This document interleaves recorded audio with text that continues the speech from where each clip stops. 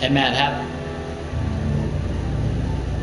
celebrating truth, love, and beauty. Matt, have that last one be called the Dream Society period, with headline capitalization, and those will be 2 more YouTube videos maybe, or I don't know, but like and then you named the video like it was like another 3-word name. You named the previous video towards the beginning of that one. But yeah, those ones came out well, I think. Anyway, I might stop the stream soon, and I might. What was I saying I was gonna do? Maybe I might watch a Shakespeare movie.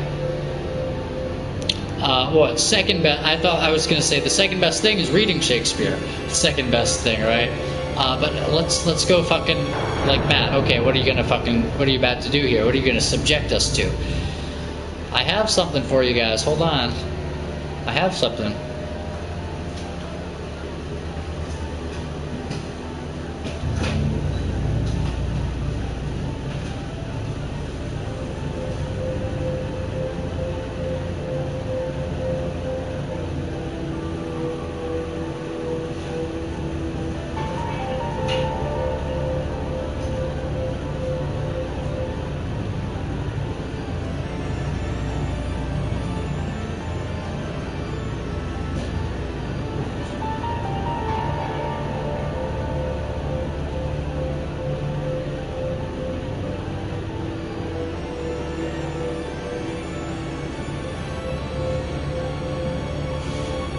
Okay.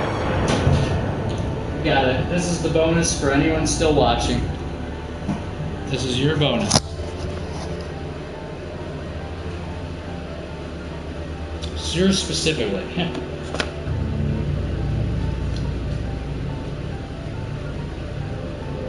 Okay. Now I'm not saying whom Shakespeare was.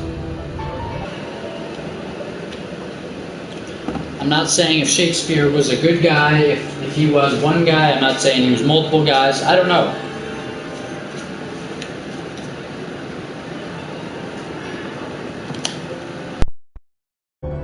What I'm saying... Oh, fuck.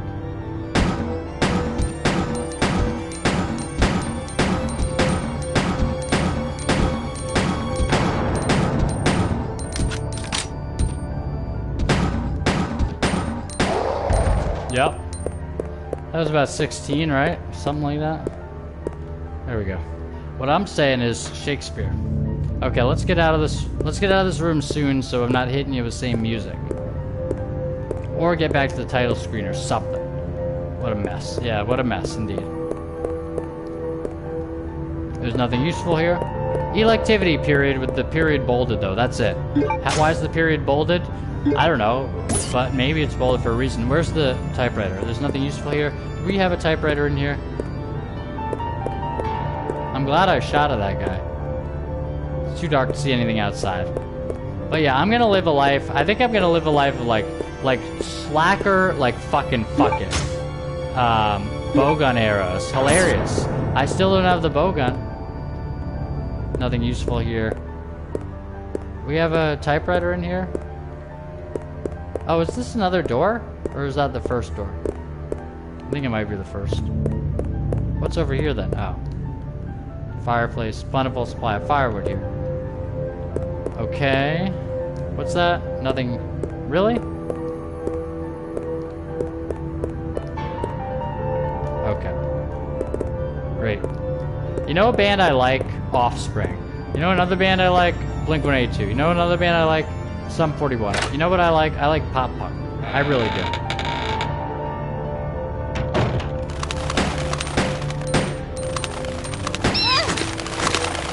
Can I kill all these? Okay. I'm not kidding. These things are fucking deadly.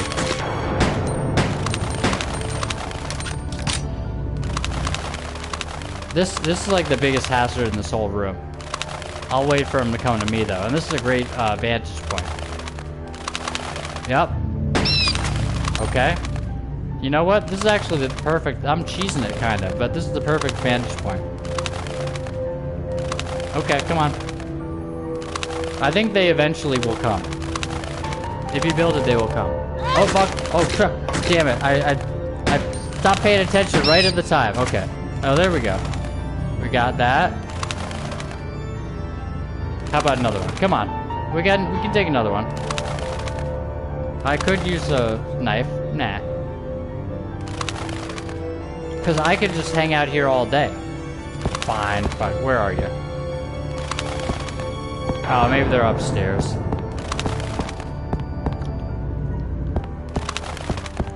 Fuck.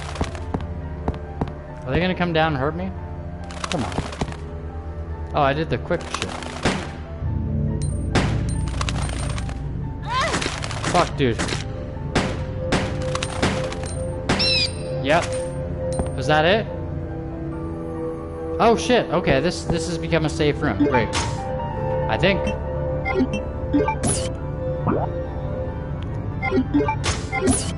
Hopefully that means upstairs is as well.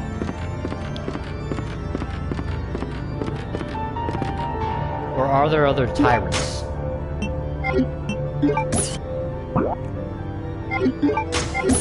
I don't see other tyrants maybe, but...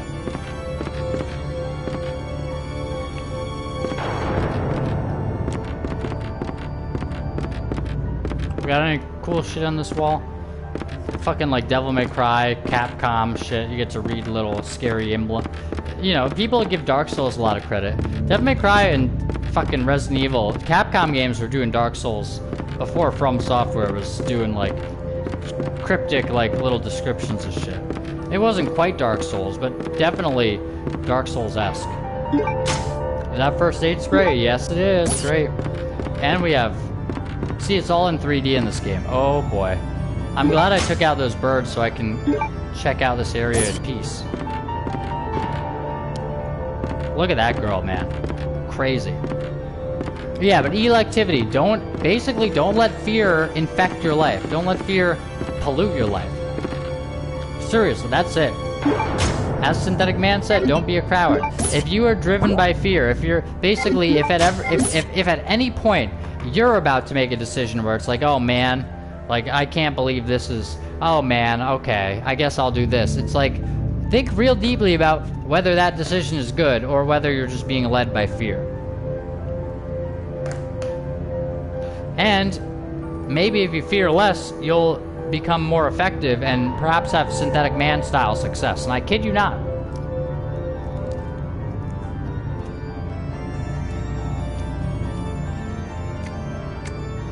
I kid you not.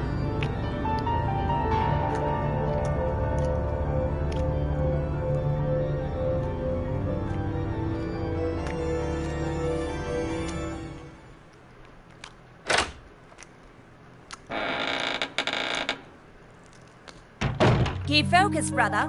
Our enemy is only a little girl. Oh, why is this taking so long? My apologies, Alexia, but I have been doing my best. The revival of the Ashford family depends on your success, brother.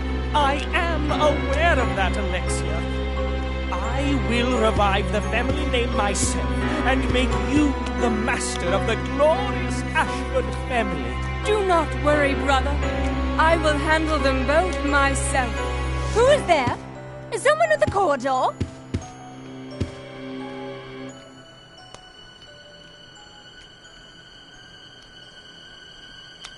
What is it, Alexia? Nothing. I believe I must have been imagining things. Let us go, brother.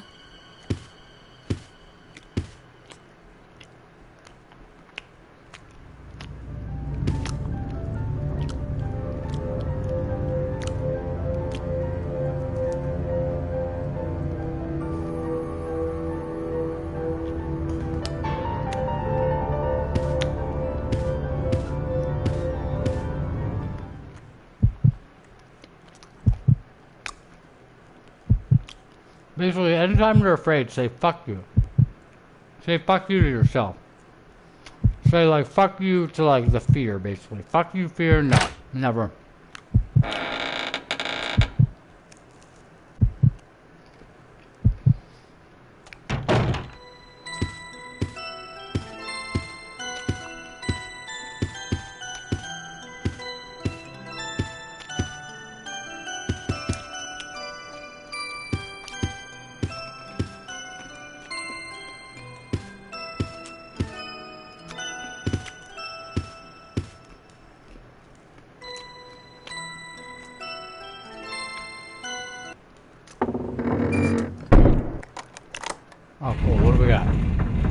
shit. Okay.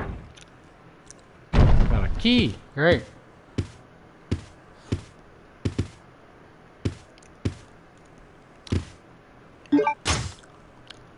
Silver key. Okay. Some kind of bird on it. Was that all this does for us? Locked. Okay. Red jewel is embedded by an opening. Okay. So now, what do we do up here? I'm not sure we do anything up here. I went up here before and didn't lead anywhere. But if you feel like you're being scared away from something, say, who's scaring me? Well, the hole in the ceiling has been sealed. Oh. Say, who's scaring me?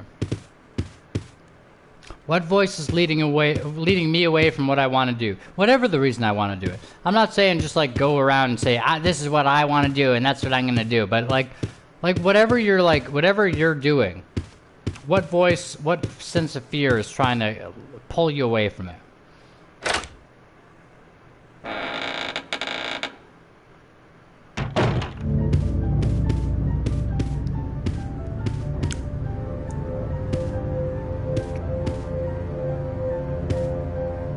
Miscellaneous books, yep. Bust. History is the topic of many of these books, yep. As I was saying, books, miscellaneous books. That looks almost like Horton Hears the Who or one of the Scott Adams, well, specifically How to Fail at Everything and Still Win Big.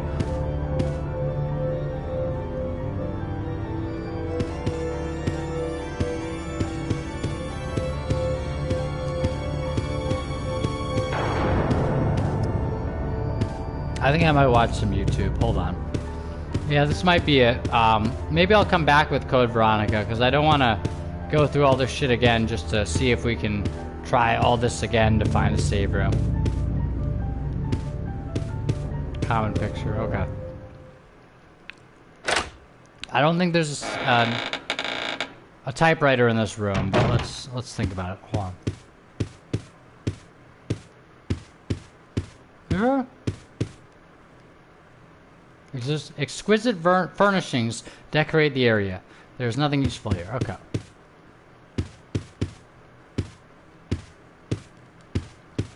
Is there a music box here? The music box is locked. The music plate inside has been pulled out. A blue sapphire is embedded by an opening. Okay.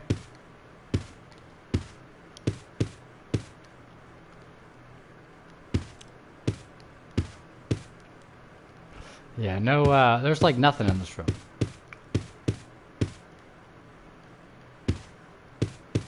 So I'm not sure what to do.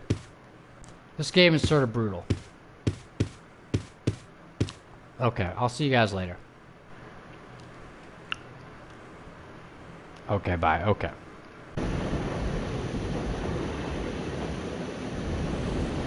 Celebrating truth, love, and beauty. Matt, call that next one, or last one rather, the entire game. There are enemies here, and I guess I haven't activated them yet, but they're those boss enemies. It was literally a boss, and now it's just everywhere. Hold on. Or I mean, it was presented in a boss-like way. What is a boss? I don't know. Does it have a special Dark Souls like life gauge? I don't know. Oh, fuck. That's him. Shit. Hey, look, we made it. Okay. Yeah. Now, was there a fucking save point in here? Okay, we go left, and then we get the door. So if we go right to it, we'll be fine. We'll actually be great. If we go right to it, we can avoid the bats. Now, was there a save point here, though? And by the way, this has like fucking 4 animations or some shit. Literally fucking 4 door opening animations. Are you kidding me, dude? What is that? 3. Okay, 3. Are you kidding me? Okay. Nope, keep going, Claire. Come on, please. Nope, Claire, keep going. Thank you. Alright, now we're in the other room. Now, when do we get to the save point? But that other one was the whole game. And that's it. Electivity period with the bold period. The period bolded with. Handgun ammo. You know what? I will shoot him fucking 16 times. If I can fucking do that, hold on. All right, we'll press this middle button to fucking. We'll press the middle button to get to our inventory because that's what we're doing. And we combine this with that. Hello, viewer.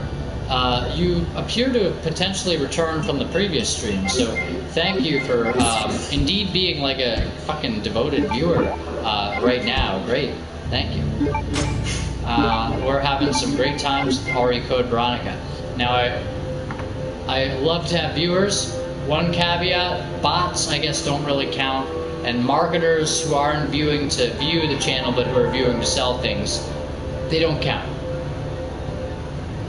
But anyone else does count, except for potentially someone viewing me in an antagonistic way. I guess they count, but they're like on the lower level of counting. Hold on.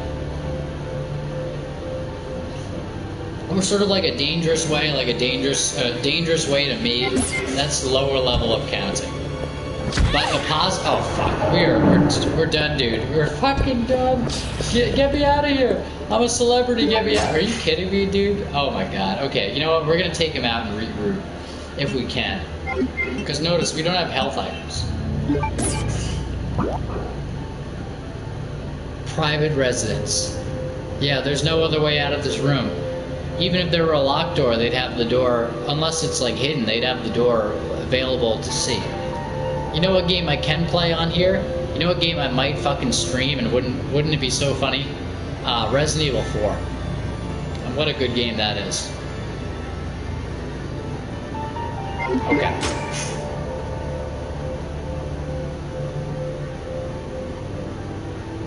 But yeah, the main idea being, well, the main idea being let go. Let go being the always best thing to do. So what's always the best thing to do? It's written right down there, let go. That's always the best thing to do. For you. But other than that, I guess it is more make your life the way you want it, and there you have my whole player sheet. Other than that, the end of it, and you do notice, it starts with let go, and then it goes down to 2 rules: be honest, be good, then it's the truth. But the end of it is make your life the way you want it.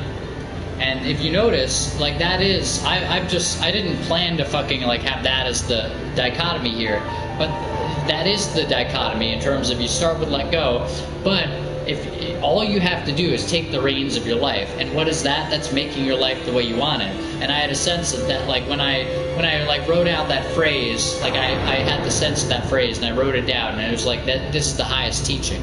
Sort of, as I've said, like do as thou wilt shall be the whole of the law. That's the Crowley sort of satanic thing. Maybe it's just controlled opposition or whatever, ideologically. Either way, I'm not following it as that. I'm following it as make your life the way you want it. And I'm saying to totally change everything, all you have to do is take the reins of your own life. And so few people do that, and I haven't done that. You know who else? They had this quote in Rugrats, and so do you remember from Walden, Matt? No, I remember it from Rugrats. I kid you not. I think it was the episode they went camping in the backyard, maybe. And the grandpa was reading them Walden. I went to the woods because I wished to live deliberately. Because I wanted to front only the essential facts of life, and not when I had come to die discover that I had not lived. How about that, man? I went to the woods because I wished to live deliberately. There's the whole message there with make your life the way you want it or take the reins. I went to the woods because I wished to live deliberately, to front only the essential facts of life, and not when I came to die discover that I had not lived, or something like that. Not when I had come to die discover that I had not lived. How about that? And what is the opposite of live? The opposite of live is evil. There you go. And Eminem's like, oh, love is evil. Spell it backwards, I'll show you. It's like, no, love is evil, maybe. But evil, that's the opposite of live. So what's the opposite of pro-life? Well, that's evil, right? It is. It's truly evil. It's killing the most innocent. But it may sound funny because pro-life, it's like, well, you have an idea of like people shouldn't do certain things, right? You're very strict. It's like, well, maybe, but the opposite of evil is quite literally live. So it does come out to be maybe more than you'd expect, like utilitarianism, or like do as thou wilt shall be the whole of the law, than you might expect it to be.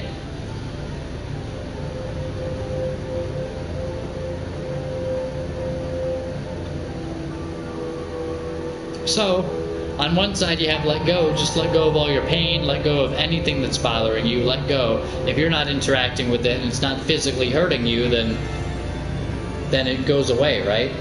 It's like, oh man, that sounds so naive. It's like, is it naive, or are you suppressing something, or are you holding on to something? How about you let go? So let go on one side, but then on the other side is sort of the positive way. If letting go is the negative way, letting go is the negative extreme. You're letting go of what, you're letting go, you're removing. It's like, it's a subtractive maneuver. The positive, the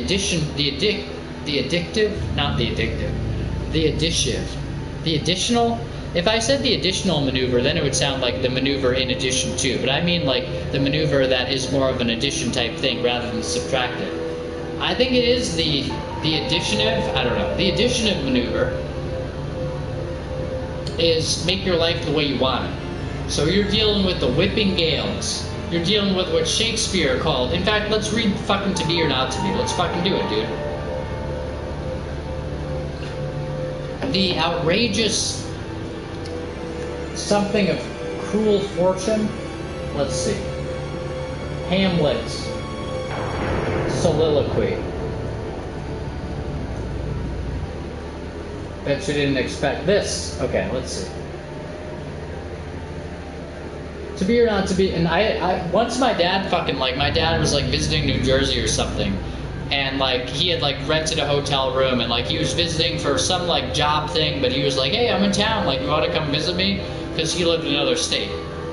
And so like in the hotel room, like he just rattled off like the first like 5 or 6 lines of To Be or Not to Be. And I was like, oh shit, like, wow, I didn't know you fucking knew that. And he's like, oh yeah, like, but To Be or Not to Be. And it's like, oh shit, man.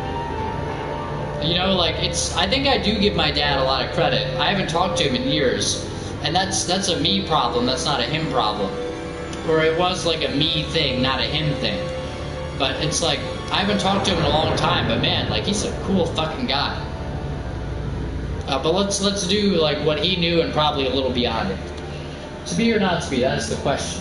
Whether it's as nobler in the mind, a little before it actually, or within it. Whether it's as nobler in the mind to suffer the slings and arrows of outrageous fortune, or to take arms against the sea of troubles and by opposing end them, to die to sleep no more, and by a sleep to say we end, the heartache and the 1,000 natural shocks that flesh is heir to, 'tis a consummation. Etc., etc. Man, Shakespeare's great, man. After this stream, I might fucking put on like a whatever modern Shakespeare retelling is. Basically, whatever they chop up Shakespeare into, but they make it a movie. But it's still literally, they're reading Shakespeare. It's just, they're not reading the entire play, maybe. I might check that out. There's a really good one that was like done in a super modern way. It had Clark whatever from the fucking Avengers guy, the guy with the blonde hair who was in the Elaine Bennis show, the woman from Seinfeld, but she had her own show, and she'd see her ex-husband, and her ex-husband was that guy, I think. And like she lived with her brother or something. The New Adventures of Old Christine. The blonde guy in that show, he was the Avengers guy, and he was also in the Shakespeare movie. And I think it was one of his comedies. I'm not quite sure which one, but whatever it was like black and white. It was astounding. All you have to do, because the language is phenomenal. The language is beautiful. The language is perfect. All you have to do is have an astounding visual presentation. All you have to do is have an astounding visual presentation and the actors behaving astoundingly and delivering it in astounding ways. Sure. But really, all you have to do is have the actors act well and have an astounding visual presentation and an astounding vibe. And if you have all those things, Shakespeare does the rest. And that's what that movie does. So, hold on.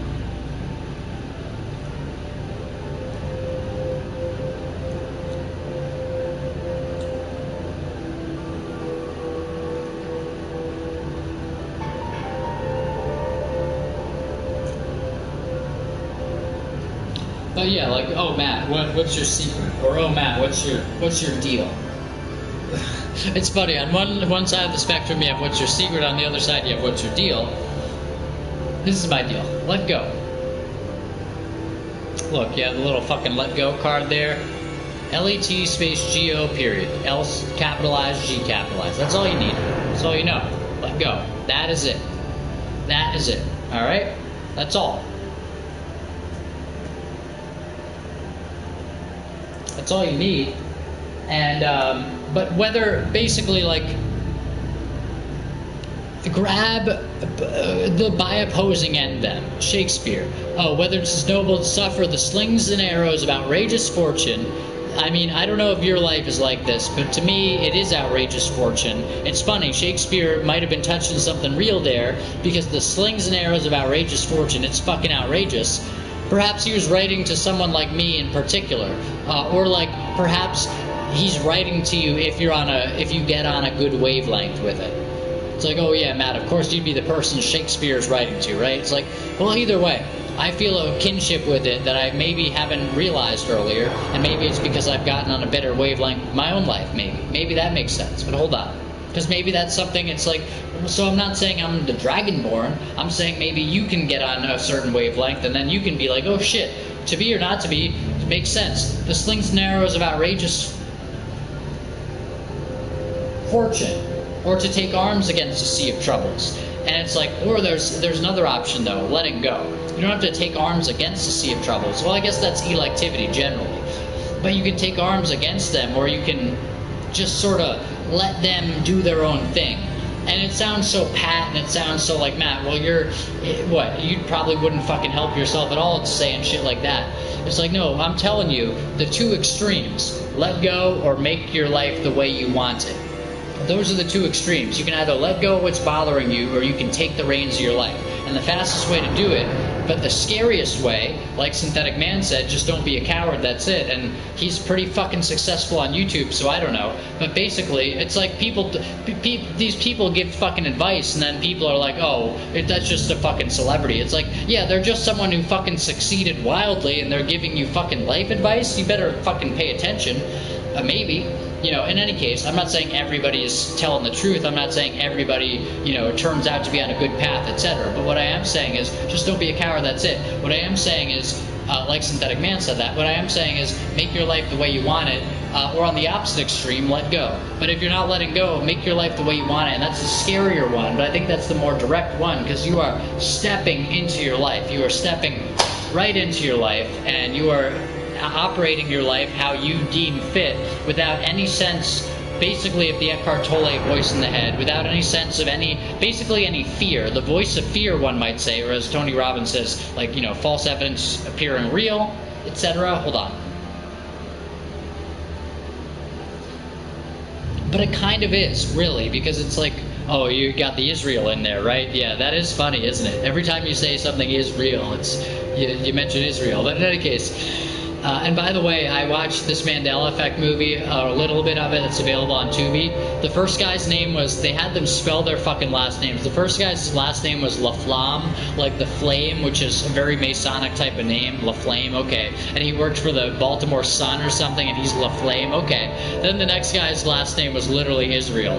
And both of them took the time to spell out, and they showed it on camera, La Flame, L-A-F, blah, blah, blah, blah, Israel, I-S-R, and it's like, are you trying to fucking, like, wink at the camera any harder, or is this just the most hilarious fucking coincidence? Literally saying Israel and, like, the flame of the sun, maybe the sun god of whatever, Masonic tradition or otherwise. It's like, and it was like, alright, and then they're just giving you, like, sort of basic Mandela Effect stuff. It's like, alright, I'm fucking done with this shit. I'm fucking done with this shit, right? Anyway, hold on. Yeah, hold on. Hit him with the Drake, hold up. Hold up, it. But you have the two sides. And if you're not going to let go, which is like the Hale Dwoskin side, arguably like more of the Eckhart Tolle side, you have the make your life the way you want it, Tony Robbins side. And Truman, in the Truman Show, he was always dreaming about going to Fiji, and Tony Robbins was in a lot of movies. He was in Shallow Hal. His infomercial, he appears in The Cable Guy near the beginning, actually. I didn't even watch the whole movie recently, but I saw at least part of it where, what's his name, Matthew Broderick is watching TV, and Tony Robbins appears, but then Fiji, Truman, also Jim Carrey, who was also in the Truman Show as Truman. Truman dreams of being out of this world that he doesn't even realize is a fucking television set full of people, you know, basically it's like the Matrix, Truman Show is. And that was an era where they had a lot of like Dark City, the Matrix, Truman Show, you're in a fake world, Neo, all that kind of shit. But Tony Robbins was a big part of that as well. And in the Truman Show, Truman dreams of going to Fiji. In the real world, who is the guy who famously lives in Fiji? Oh, why? It's Tony Robbins. Are you somehow telling us, Hollywood, that what the shit Tony Robbins is talking about is the ultimate way to get out of the dream world society? The dream society?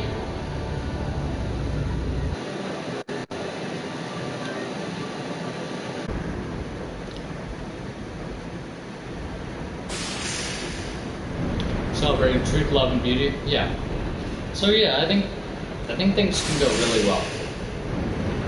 I think things could change substantially and significantly very soon.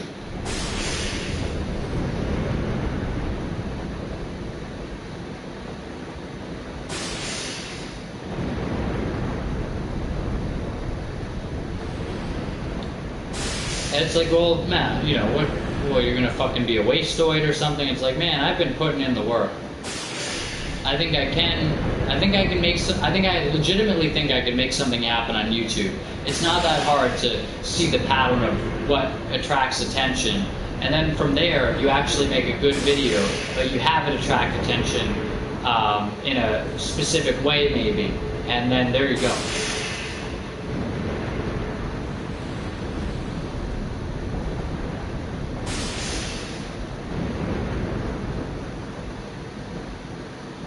And so what? Like, I might drink alcohol. I might fucking, like, you know, I'm probably not gonna eat a lot. But, in fact, I might start exercising. I might, like, do this, that, and the other thing that's really, like, turning me into a bionic man. But then I might also, like, I might fucking... on the other side of things, I might act like a fucking hippie. And I might do that for as long as it seems reasonable. And after a while, it'll probably be like, if I'm not competing with negative energies and emotions in the environment and stuff, after a while, I'll probably be like, well, why would I be drinking alcohol or, like, smoking cigarettes or something? I'm not fighting against anything. Maybe when I'm at work I am, but that's, I'm not going to be drinking at work anyway. So it's like, why would I drink elsewhere?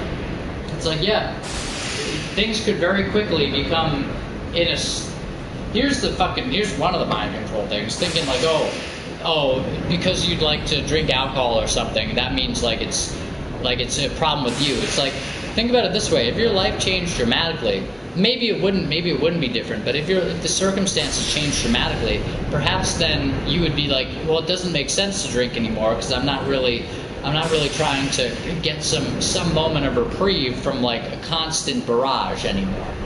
And so it doesn't really make sense to drink anymore because it's like, you know, I'm not really running away from it. Like, it doesn't feel like I'm trying to protect myself, or at least have a few moments of when I'm not doing total, like, emotional locking on and, like, dealing with it. Like, a few hours of, like, oh, I'm just gonna fucking chill out and drink a little bit. It's like, you know, it seems to me like if your life gets to a certain degree better, then you're probably less likely to want to do that. And great. Or if you still do, then you might be like, well, now it seems like maybe there's some emotional or chemical attachment, then maybe I want to deal with the emotions themselves, but I have an environment that's facilitating that, or I could easily make, through the power of money, I could easily make it facilitate that more. And it's like, great, yeah, man, that would be great. It would be good. So I don't know.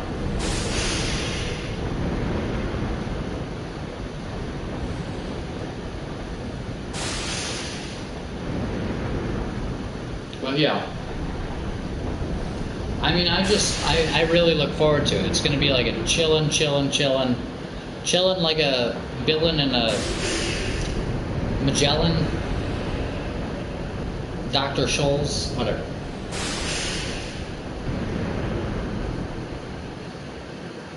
But here's the thing, until my situation is like that, I'm gonna make it so that it's easier for myself, because I've been trying to be like, you know, kind of push yourself, wake up at 5:30, do this, do that, you better do this, you better do that, blah, blah, blah. And I think I'm just gonna I'm gonna put myself on fucking training wheels maybe and just be like, whatever chance you get to like, you know, like take the edge off and like, you know, oh, you want to fucking smoke a cigarette? Great.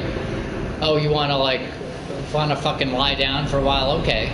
Like whatever chance you get to rest so that can support your energies and efforts in getting a job and getting the hell out of here. Take your chance to fucking rest. And then like whatever chance you get to do that, you will. And then when you do that, you're going to have more. It's going to be like, great, well, I legitimately want to change my situation, so I'm glad to be doing that too. But I've also rested, and so now I'm making it easier for myself. I think it's just a culture of masochism that leads to things being in any way difficult, actually. Or masochism and sadism, you know. I don't know. It might be.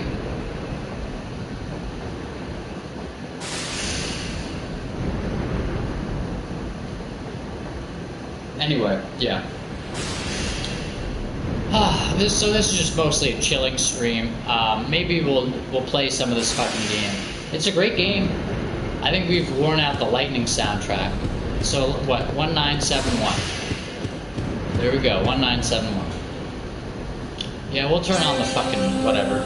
Yeah, we have to watch this horrific video. Let's watch it. Okay. I'm actually gonna look away. Well, now, yeah, the incest romance between the blonde Illuminati children. Yeah, okay, great.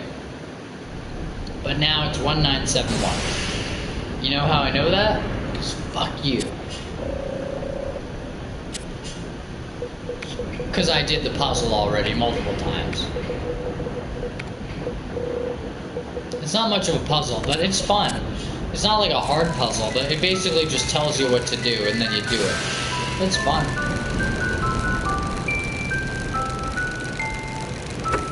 Like Samuel L. Jackson says in Pulp Fiction, personality goes a long way. And he also says that has to be one charming motherfucking pig, but he also said personality goes a long way. And the personality of this game doesn't matter if something's a real puzzle or if it's literally just like, well, you got a key that had the spade playing card suit, but you also got the diamond key, and you also got the heart key, and you also got the club key, and you use that for different doors. And it's like, well, that's not really a puzzle. That's just getting different keys. It's like, it doesn't, but they pick their motifs so well, and the game is so atmospheric that it's like, you know what? I'll take it. The personality goes a long way.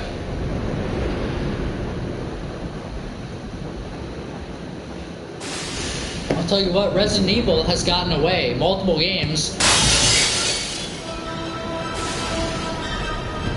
with featuring either secondarily or even primarily, as is the case with Code Veronica and Nemesis before it, I think directly before it, having female characters. Resident Evil was so fucking cool. It had female characters, and it wasn't like, oh, they're famous for having big boobs. It was just, that's how cool of a fucking game it was. It was so cool, it could have a girl character, and it was still the coolest fucking game. Shit.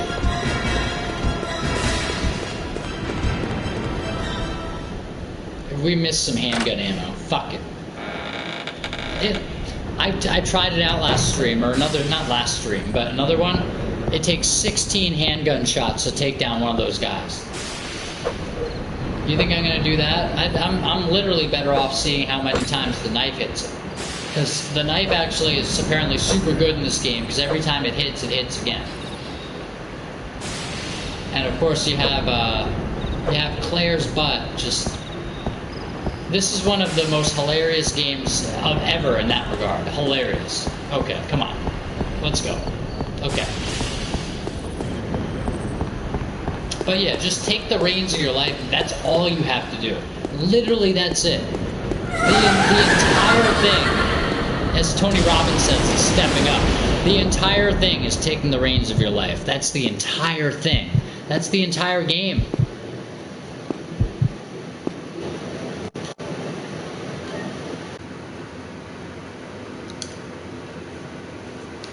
celebrating truth, love, and beauty. So this is just kind of a hangout stream, probably more so than, or more than a regular stream. Are you fucking kidding me, dude? Okay, jeez, man. They have the loudest music at the beginning, and there's going to be a loud sound right now, but then it does get quieter. So hold on. I'm about to charge my controller, actually. So we're doing different things right now. It's like Hodge Stanson with Unforgivable. We're doing different things. Hold on. Like, Matt, were you making fun of somebody because they were black? It's like, no. But I was referring to something funny somebody said who happened to be. And oh boy, was it funny. Okay, hold on. Quite funny. So I'd like to welcome everyone to this episode. And I'd like to tell you that this episode is an experiment. The experiment, partially at least, is how long does it take to charge this controller from blinking to syncing into full charge. Okay. Now, is it charging right now? Let's see. Yeah, it's charging. Okay, great. So the computer is not even plugged in, but yet it's charging. Wow. How's that working? Because the computer has a charge, but it often won't charge it unless it's either open or plugged in.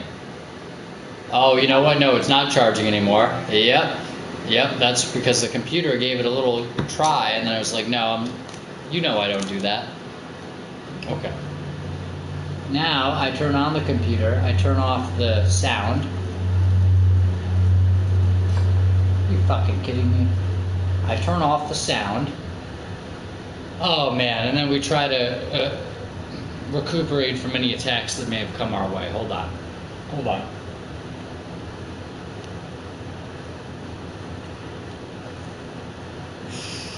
Alright, so capitulation is the problem, and what is the solution, Matt? What is the solution? There's no real danger, and you are left. Well, that's pretty good. What is the solution? Okay. Oh, wait a second. Could that be it? Not saying that it isn't, but it's like, Matt, what are you even fucking talking about? I've been putting a lot of work into the idea of like sort of a life system, sort of like one might say arranging one's values, but sort of in a sense of like what is the pathway, what is the way through? Hold on. So, I've been putting a lot of work into it, and let go appears to be the way, right? As it is down there. Those 6 characters plus the space between the 2 words.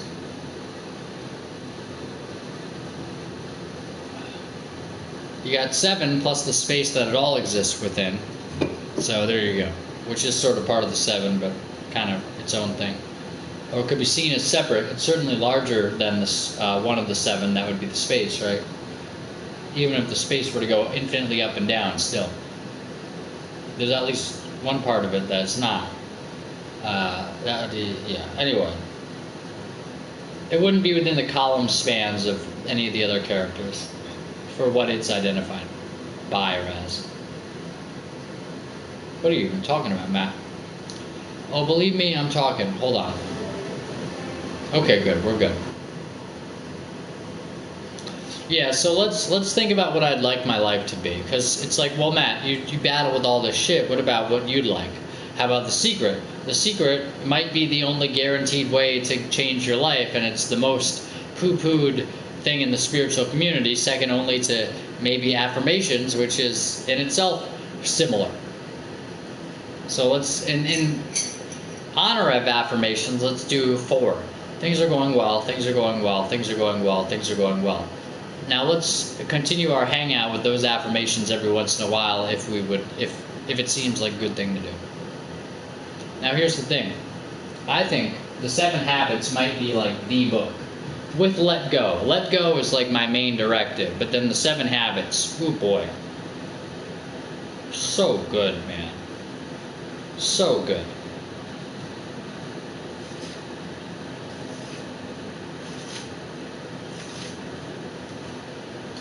Because if you follow the 7 habits, you can, like, that's a good way to organize things, probably. Because it's like, it's similar to Tony Robbins' ultimate success formula, where it seems so simple and kind of like vague. Well, certainly it's not filled in, but the idea being like, you know what you want. I think know what you want, know why you want it, take action towards getting it, and see what works, and change your approach until you get it. So it's like 4 things. Know what you want, know why you want it, take action, change your approach if the action doesn't work. But like, see your approach, evaluate the results, and then change your approach until you get what you want. And by definition, that gets you anything you want, because the 4th step, if you carry through with it, is until you get what you want. And he says, like, well, yeah, like sometimes if somebody dies or something, like, you know, it's not like necessarily nothing is impossible. Or he says that, you know, saying nothing is impossible is not necessarily like always going to seem accurate or whatever. But if the idea is to like achieve some kind of money goal or like almost anything, change your approach until it works, or change your approach until you get what you want. And I just had a little spiritual attack there. Hold on.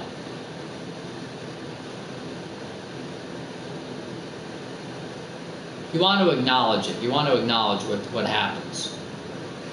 Because if you don't acknowledge it, who else is going to acknowledge it? I realized this today. I was really sitting there and thinking, and I was like, we are all in society basically told to not advocate for ourselves emotionally. To the point where if you go to somebody who's supposed to help you emotionally, or with what you're feeling... Yeah, that was loud. You go to somebody who's supposed to help you with that, a psychiatrist, they will often and likely default to telling you you're crazy, or you're paranoid, or like, you know, basically what you're feeling is wrong, and your assessment of the situation is in some way like off base.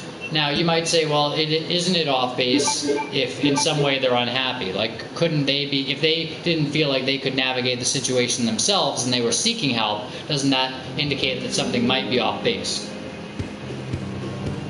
I'm not saying it does or it doesn't. Hold on.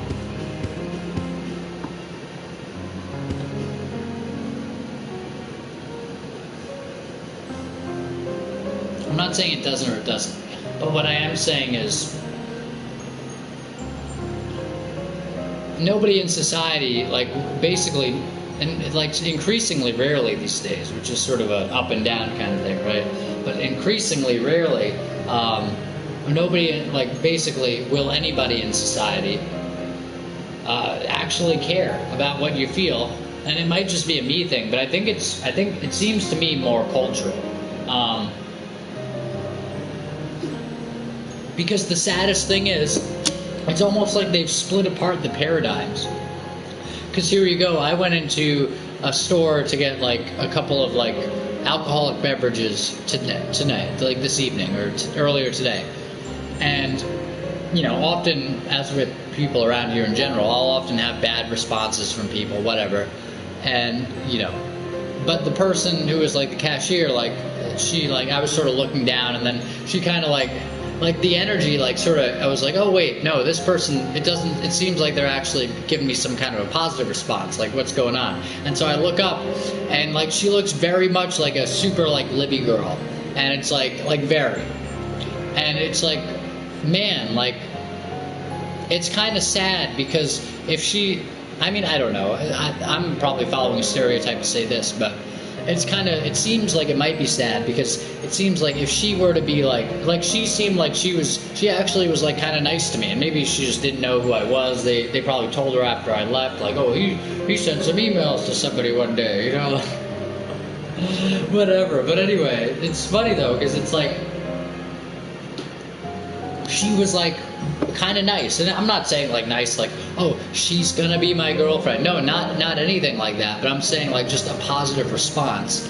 And this was a case of like, it was like, it was a sort of a shock to my system, but I'm thinking, you know, I'm not sure, like, basically, I think that is more of a Libby archetype, like, to see me, and I'm probably looking a little scruffy anyway, or whatever, or like, I'm maybe, some of my energy is probably signifying, like, outcast or something, and I'm not trying to bash conservatives here, definitely not, but what I am saying is, there is the sense of, like, somebody who would be on, like, far left would be like, yeah, well, I stand up for the outcasts, and like, oh, like, I see you, like, coming up to the cash register here, and you seem like you're not liked by people, maybe, or something, I'm gonna be extra nice to you, and it's like, that's kind of nice, right? And it's kind of sad, though, because it's like then the culture skews someone, maybe, like, they seek out that personality, and to that personality in one way or another, they make certain things appealing ideologically. And then they skew that type of person towards one way, and then another type of person who might have, like, other strengths, like maybe they're more of an in-group person, they're, like, more of, like, no, you need to build yourself up, like the Tony Robbins type of thing, where they might be nice to you, but they might be more focused on, like, oh, you know, you look like an outcast, why don't you get your shit together? You know, I'm kind of going to look down on you, and then I might read that as, well, either they don't like me specifically, or, like, or they look at me and they don't, you know, it's like, I'm more likely to get the Libby archetype to be nice. Well, the funny thing is, and one of my bosses once said, like, Matt, you look like a Democrat, after I had relatively recently gone the other way. But, hold on.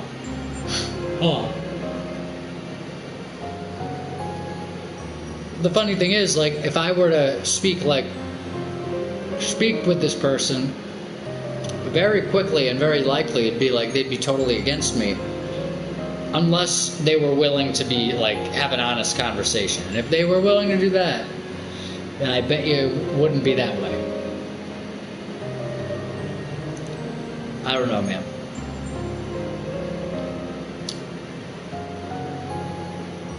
But yeah, let's think about how things could be. So yeah, I'd like a place like that.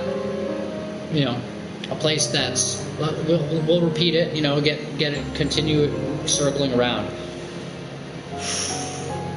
By the way, check out the work of Richard Bandler and John Grinder. Fuck, man. Whew. It's like Real People Press. Like, it's bizarrely, like, the publishing house is called Real People Press. It's like, oh my god, this is fucking real shit. And one of the guys is a literal CIA agent. It's like, oh my, this is crazy shit. And Chris Sinatra had recently had a video where he's like, maybe the CIA are the, like, they are some of the, like, watchdogs of the system as it's set up here, like, as a cosmological system. It's like, oh shit, maybe they are, I don't know. And, like, check out his video. It was the video about handlers, actually. Check it out.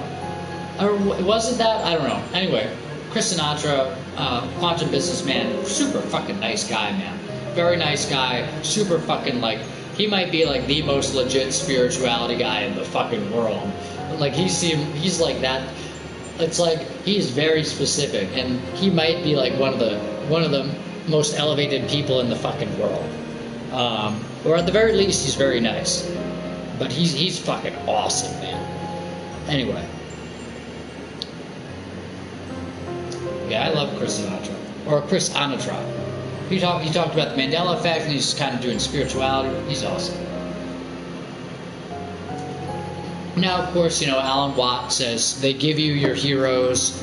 You'd be surprised at the small stature figures that are, like, controlled, etc. Here you go. You see Claire's butt, etc.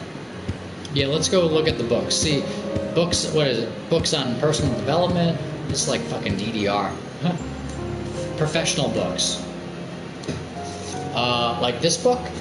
And you look around, it's like, well, is this the type of book that the Illuminati would read? And, like, that's what helps them rise to the top skillfully? I'm not saying they're good people, but I'm saying the skills they're using.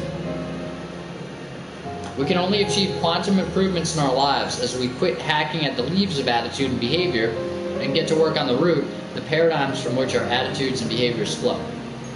Now, that doesn't sound that, like, outrageous, but that's a pretty clear statement. Pretty good.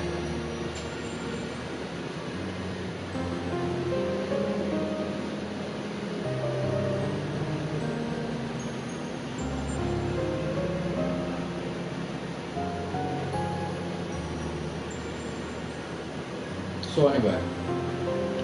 Yeah, thanks for chilling. Like, whoever comes to this, obviously it's a 0 now. But if anyone ever does watch it, you know, on like one of those Red Dead videos, I had like fucking 29 views. And it's like, oh shit, that reminds me of the views I had suddenly on YouTube prior to getting arrested one time. The one time, actually. It's like one time, oh man, what a fucking criminal you are. Yeah, the one time for sending somebody words. It's like, well, it couldn't have just been that. That's what it was, actually. That's specifically what it was. Okay, hold on. No strings attached either, but in any case. Yeah, so last time, like, you know, I saw that I got a little bit of a surge in YouTube views on certain videos, and I was like, what is this? Like, oh, that's interesting. Like, oh, I had some views on this. And then it's like, oh, you know what, maybe I got like 30 views all of a sudden because there was like a certain department looking at it. Like, so I got something like that on one of the Red Dead streams, but given that like it was a very low amount of views in like the resulting streams or the resultant ones, the ones following that, it didn't seem like it was going to be that bad. Like, basically, it didn't seem like anyone was really keeping up with me. So it's like, all right, well, if they're not watching anything else, then that seems to indicate that somebody isn't really watching me. It's like, Matt, you're really wrapped up in paranoia. It's like, did you talk this way to the psychiatrist? It's like, well, no, at that point, I was literally paying for monitoring software if I was doing anything online, and I had a probation officer because I was on probation. So if I was saying I was being watched, it was just a statement of fact. I wasn't even wondering about that. But these days, you know, after all that, it's like, well, great. I'm so glad to be out of that. And really, as I was saying in the other stream, or maybe this one earlier, the only thing that can stop me is me or something like that. That's it. At this point, the only thing that can stop me is me or something like that, or an act of like God or something supernatural. Like, those are the 3 categories. Nothing else. It has to be either me, some law thing where if somebody like uses force to take me away from what I'm trying to build, or supernatural. Those are the only 3 things that can stop me. And it's quite interesting. It's like, because I'm feeling very confident about that. And I haven't felt this confident about my ability to like change my life in a long time. But right now, and I think it just logically checks out. I think I've sort of found my way to being like, yeah, if I'm taking any acceptable job and I'm just applying to everything that seems somewhat acceptable, literally I could be an Amazon delivery driver and I could be out of here very quickly. In fact, that might be what I do tomorrow. If I don't have any kind of response, or maybe tomorrow I'll send an email to somebody that I might be waiting for a response from, and maybe I'll say like, hey, I just want to send you an email saying like, I'm waiting for your response, and if it's a no, then okay. If it's a yes, then great, or a maybe, then okay, great. But I just want to let you know, like, I'm basically moving on something else now because basically I'm looking to get another job pretty soon. And then maybe that will encourage him, if he hasn't emailed me, to be like, you know what, like, come in for an interview tomorrow, and as long as, you know, we want to just get a chance to like talk to you, but we've already talked to you a couple times, you know, come in tomorrow and it'll be, you know, and like let's see what we can do. And it would just be as simple as that. That doesn't sound that crazy or outrageous to me. That doesn't sound that crazy and outrageous. No, not really. Not. So yeah. So anyway. So.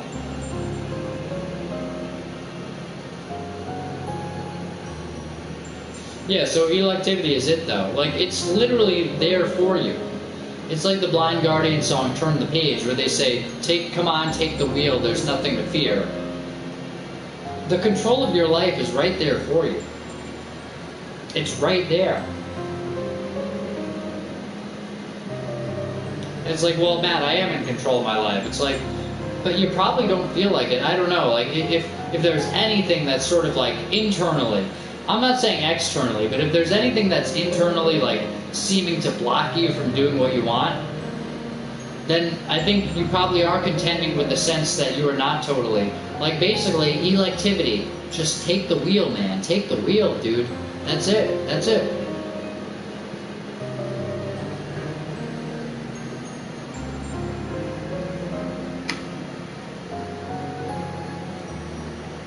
And so that's what I'm going to do. And given that that is the case, I only have 3 possible blockers, and one of them is me. So as long as I remain like in focus, and I only have 2 possible blockers from getting what I want and very quickly. And I mean literally like maybe getting an Amazon delivery job. And some of those are literally like 20 to 24 bucks an hour. I'm a good enough driver and I'm a responsible enough person that I think I could handle that. I have no problem being on my own.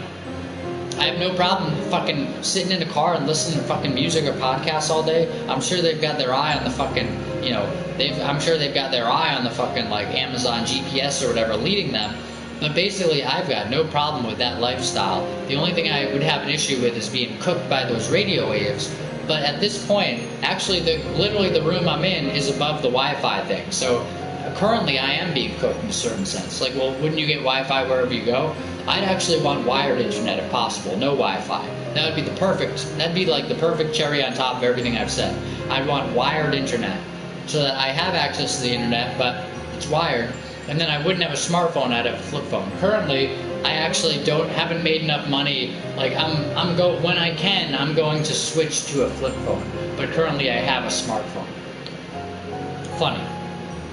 Let's check my email. I might have a good response, who knows?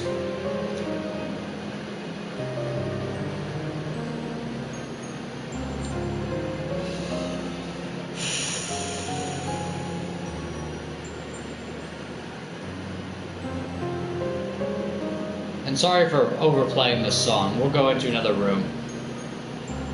Another music room, I mean. Okay. I thought I killed the zombie out here, but I think they might have replenished. So let's just go over here. Yeah, it's locked. There's an indentation. Oh no, there's an indentation. I've been a horrible owner. I've been a terrible father, a horrible husband. I've been real lacking in the dog owner department. That's from Review with Andy Daly as Forrest McNeil. Great shit, man. Great shit, man.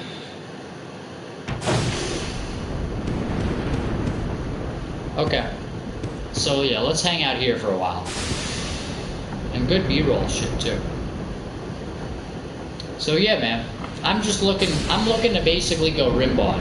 What do you mean Rimbaud? Rimbaud was a poet. French poet, I believe. I think it predated Charles Baudelaire, who was famous for the Flowers of Evil, the La Fleurs des Mal, whatever. Les Fleurs des Mal, whatever it is. Rimbaud, I had 2 fucking translations of his shit, actually, and I don't have either of them anymore. I had one with the more orange cover and one with like a whiter cover, and it was a bigger, flatter book. Had like sort of a bland image on it. Like a painting, but most of it was like a solid kind of white or cream or whatever. Anyway, it was I was glad to have both of them. Rimbaud, apparently, like, he wrote his famous poetry or whatever, and I'm not saying this was an accurate story or like he wasn't a member of the control class or whatever, but what I am saying is perhaps if it is true, then this is what it is. Rimbaud wrote his poetry, and then he fucking moved to fucking Africa, and he like worked physical labor for the rest of his life apparently, because he's like, I wrote this fucking poetry. I had some gay love affair with a guy in Paris or something. Now I'm going to Africa, and I'm just gonna fucking like, work physical labor, and I'm gonna be like the guy in Office Space. That's Rimbaud, and I might be going in more of a Rimbaud direction. But also while doing the creative stuff, because I'd like to do it. It would be fun. And while doing the Twitch stuff and while playing video games and stuff. But more, it's like, well, Matt, that doesn't seem like you're leaving anything behind. Believe me, I could leave a lot behind and have that stuff hanging on. It would be awesome.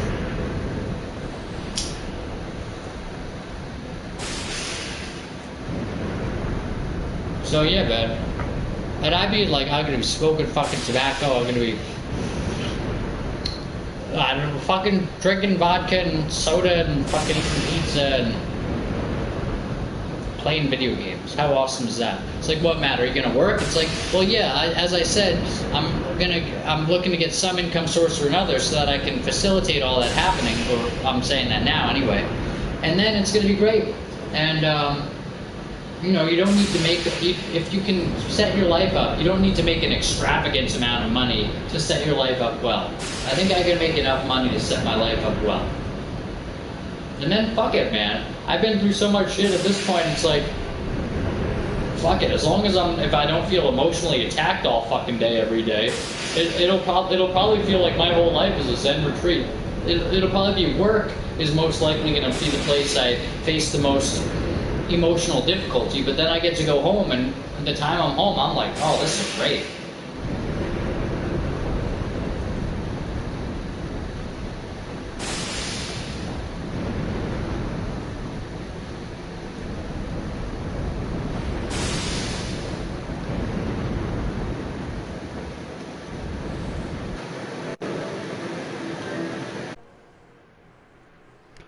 Welcome to Matt's Streams.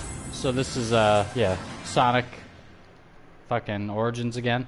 I switched to Redout 2, and then I was like, you know what? I'd rather fucking have Sonic Origins going.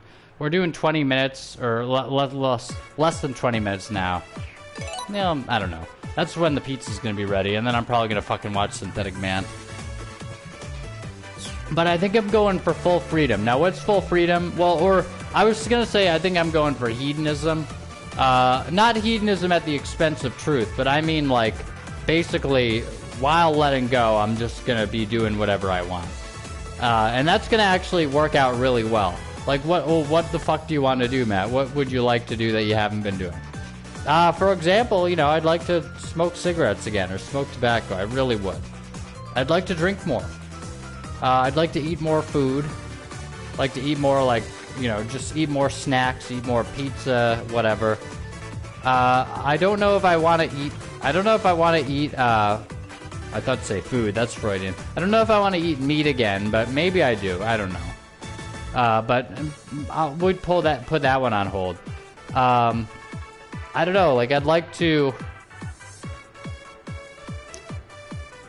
have a job where I'd like to have a consistent money source, but also a sense of consistently having a sanctuary that I can return to and be fine, and not just my mind palace, although I appreciate having that.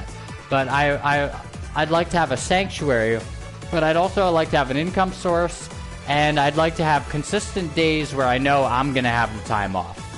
Because in a lot of jobs, this is how they actually, it's like how they fucking castrate a lot of people. A lot of jobs, like retail jobs, it'll be like, well, you don't know what schedule you're gonna have. You have to check the schedule on the wall to know what your next couple of weeks are looking like. It's like, and not only that, but they might change it up from under you even after they post that. Although I'm not sure if they could legally do that. But that seems to happen less often.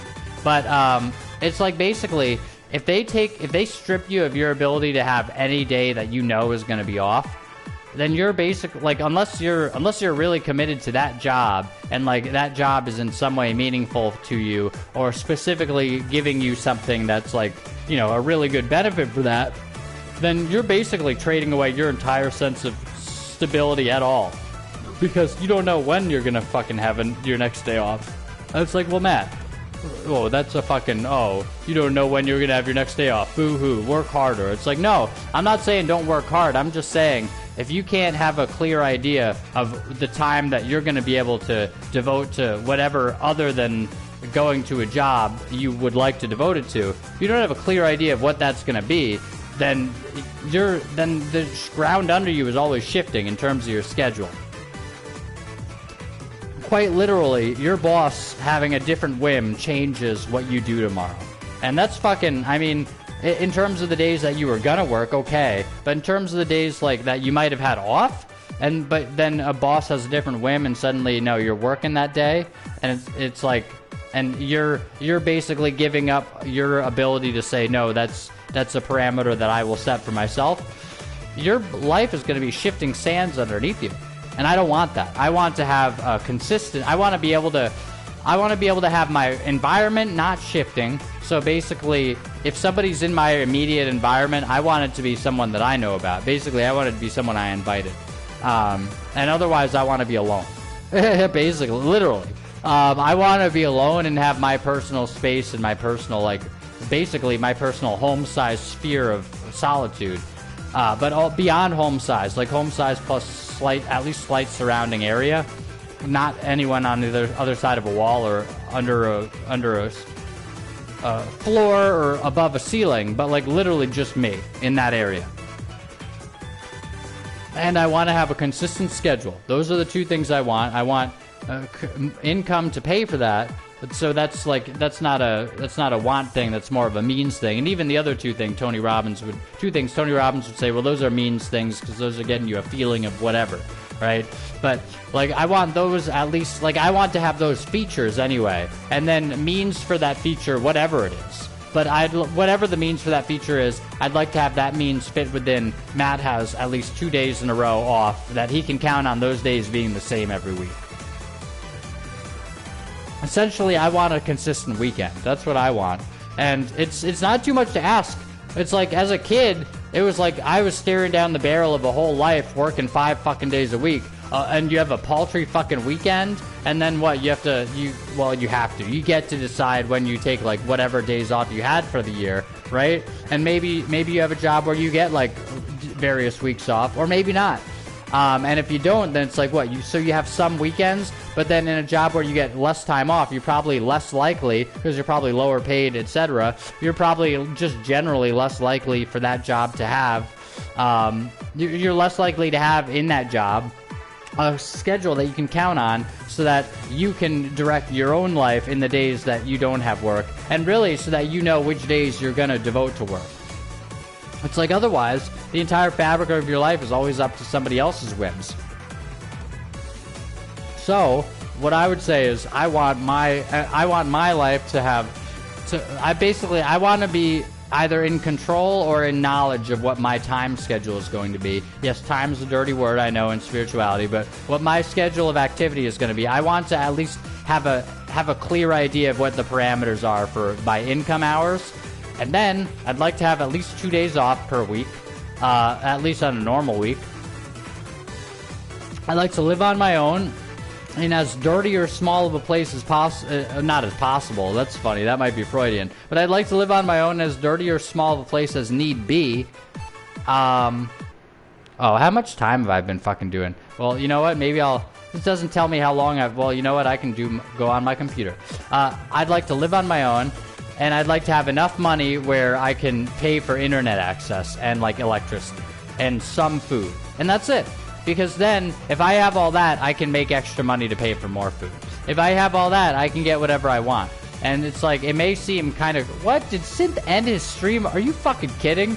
Synth did not end his stream already. What, did he have another... No, okay. No! Synth fucking ended his stream? Are you kidding me, man? Why, dude? Oh, I thought I caught a fucking Synth stream, man. Are you fucking kidding me, man? Aw. Synthetic, I love you. Why are you fucking... What the fuck, dude? Hold on. Maybe he's streaming. Let me look. What happened? I'm gonna give you the fucking lowdown. It's 27:10. He's sitting there. He's playing this game. His stream probably got taken off because of how graphic the game was. But let's see, he's sitting there, he's looking around. Doesn't look like he's trying to turn off the stream. Let's show chat replay. Are they saying it's literally 3 seconds before the stream goes? Now, what does the chat replay say?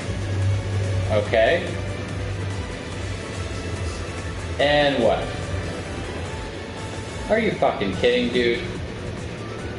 I don't know, man. Man, Synthetic Man, what happened, dude? Oh, you know what? Oh, yeah, okay, let's... Oy vey, shut it down, they got him again, etc. Let's read the comments and see what happened. It's so over, it barely even began.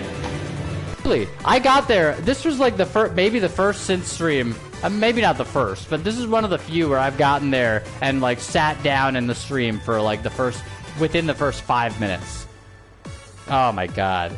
The aliens are here, and the first thing they did was to nuke the Synthetic Man stream. I love Synthetic Man. What happened? Okay, so people are asking what happened. Okay. Man, Synth. one of my favorite things is watching. Oh, since The Darkness 2, I lost power. How funny is that? The Darkness 2, he lost power and he's playing a game called The Darkness 2. That's fucking funny.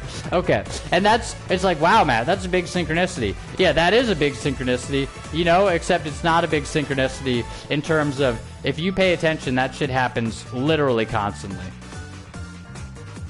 Oh, you know what? But I'm going to do it. I'm going to look on Twitch and see how long I've been streaming here. But in this particular stream. Man, I fucking love Synthetic Man. He's my favorite fucking YouTuber probably at this point. I love Devin. Devin's cool. And Devin has his own fucking channel and it's worth it to watch it. I can't effing believe it. Devin's channel isn't just nepotism. It's worth it to watch it. Okay, let's see. Yeah, Matt Havlin live. Anyone fucking watching this shit? Is my Fed watching this shit? Fuck. Let's see. Is anyone watching it? Let me even look. Sharpen the Saw, by the way. Oh, 22 followers. Sharpen the Saw, by the way. I hope I don't have a Fed. Sharpen the Saw, by the way. At least it can fucking pay me like Ricardo does. Sharpen the Saw, by the way, is from the 7 Habits of highly effective, not highly successful. Common misconception. Highly effective people. Successful... Effective is successful, actually, because effective is you are effective in what you're trying to carry out, right? So there you go. But that's a classic book. You know, I think he might have fucking gotten it. It's kind of funny, like the Kybalion and shit. Tell me how good this sounds. Okay, number 1. This is for dependence, number 1. So you rise above dependence with these 3, and this is what could help me, actually, because I'm currently in a state of dependence in some regard. Okay. Number 1, be proactive. Number 2, begin with the end in mind. Number 3, put the first things first. You do those 3, and you get to independence. You do those 3, and you get from dependence to independence. And then from independence, you do think win-win, seek first to understand, then to be understood, and then synergize, and then you get to interdependence. And so the second half of that is public victory. The first half is private victory. And number 7, surrounding all of it, is sharpen the saw, which is the title of this fucking stream. I kid you not, man. I told you, man. I fucking told you. Am I counted as a viewer on this thing? Okay, how long has this fucking video been going? Well, wait, live now. Let me fucking watch it, dude. Watching with 2 viewers. Who's the other viewer? Well, thank you. Yeah, we got a fucking viewer in town. Who's the viewer? Okay, hold on. I hope it's like a real viewer, not a bot or some Fed. Oh, let's look. Let's look at the names. Viewers, Stream Elements. Oh, okay. Hey, Stream Elements. Thank you. Look at you. Cool. I'm fucking looking at. It's like I'm being an aggressive fucking. I'm an aggressive streamer. It's like look at this fucking viewer. I'm gonna say your name. That's funny. Okay. Now I don't have Genesis games available. Let's see what mission mode is. Oh shit! Stream Elements 728. Oh my god, and you were watching my shit? Are you fucking kidding me, man? 728,000 followers, and you were watching my shit? Thank you, dude. Oh my goodness. Okay. Yeah, so, okay, wait, what are we at with my stream? So, but basically, I'm thinking, oh, 12, okay. So 12 at 548, okay. I'm thinking of fucking, so more like, what, 548 plus 8, 56. I'm thinking of fucking like basically what would you like to do, Matt? So again, what would I like? I'd like to have that living situation. What I described, something along those parameters, similar enough to that. What else would I like? Let's see. Well, from there I can do whatever I want. See, you know what? That's all. As fucking hilarious and like, oh, that's all I want. You know, but as hilarious as that sounds, that's sort of maybe. Oh, this is Robotnik. Maybe that's all I want. I think that's literally it. I think once I have that, like, I don't ask for much. It's like, well, Matt, what about, like, literally that's all you want? What about a girlfriend? No. I mean, I'd like to have one. I'd like to have a wife, but I don't ask for much. You know, just have the peace of mind of the other shit. If I could do that, I think I'm going Rimbaud. You know Rimbaud, the fucking poet? Charles Bukowski, actually, he said something in a poem about, like, oh, how beautiful it is to have a book of Rimbaud and a bottle of wine or something. Like, this is all you need, or what similar to Stephen King in a short story, he's like, some guy was outside of, like, some mafia guy's house or something, and the guy was listening to like Kind of Blue by Miles Davis inside and drinking like a brandy, and it's like, oh, he's living the high life. And I remember reading that as a kid, and so I got fucking Kind of Blue, or maybe it was A Love Supreme by John Coltrane. But either way, I got like one of those albums, then I ended up getting another one, and it's like, yeah, that's a great fucking album, man. You can, and that actually really woke me up in a certain way. It's like you can transcend to a higher level of being just by what you fucking listen to. So think of it this way: you have access to YouTube.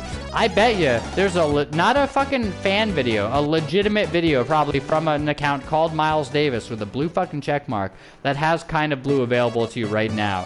Basically, the entire internet has become a fucking Lending library of any fucking popular music you'd ever want from the actual band in name.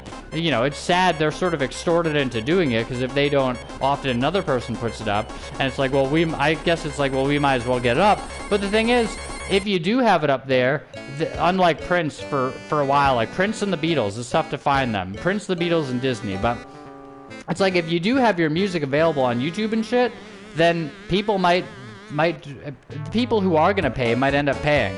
Like me, for example. Because I've literally spent like hundreds, if not thousands of dollars on rap and metal. Just the CDs. It's like, okay, Matt, name fucking 50 metal CDs. You want to try me, motherfucker? I'll name fucking 50 that I have. Alright, in full, I mean. I have like more than 200 metal CDs now. Okay, I'll name 50. In fact, let's do a sequence. Let's do a 5 subgenre sequence. We'll switch between subgenres as we go. How about that? Okay. We'll start with black metal, then we'll go to thrash, then we'll go to melodic death, then we'll go to death, then we'll go to any other. Black, thrash, mellow death, death, any other. Black, thrash, mellow death, death, any other. Black, thrash, mellow death, death, any other. Okay. So let's do it. I'm gonna take a tally. Okay, this is gonna be great. So metal. What do we got? Oh, let me get a fucking piece of paper, actually. Oh, you know what? Let's put it in my little notebook here. Do I want to do that? Yeah, fuck it. So inventory, metal.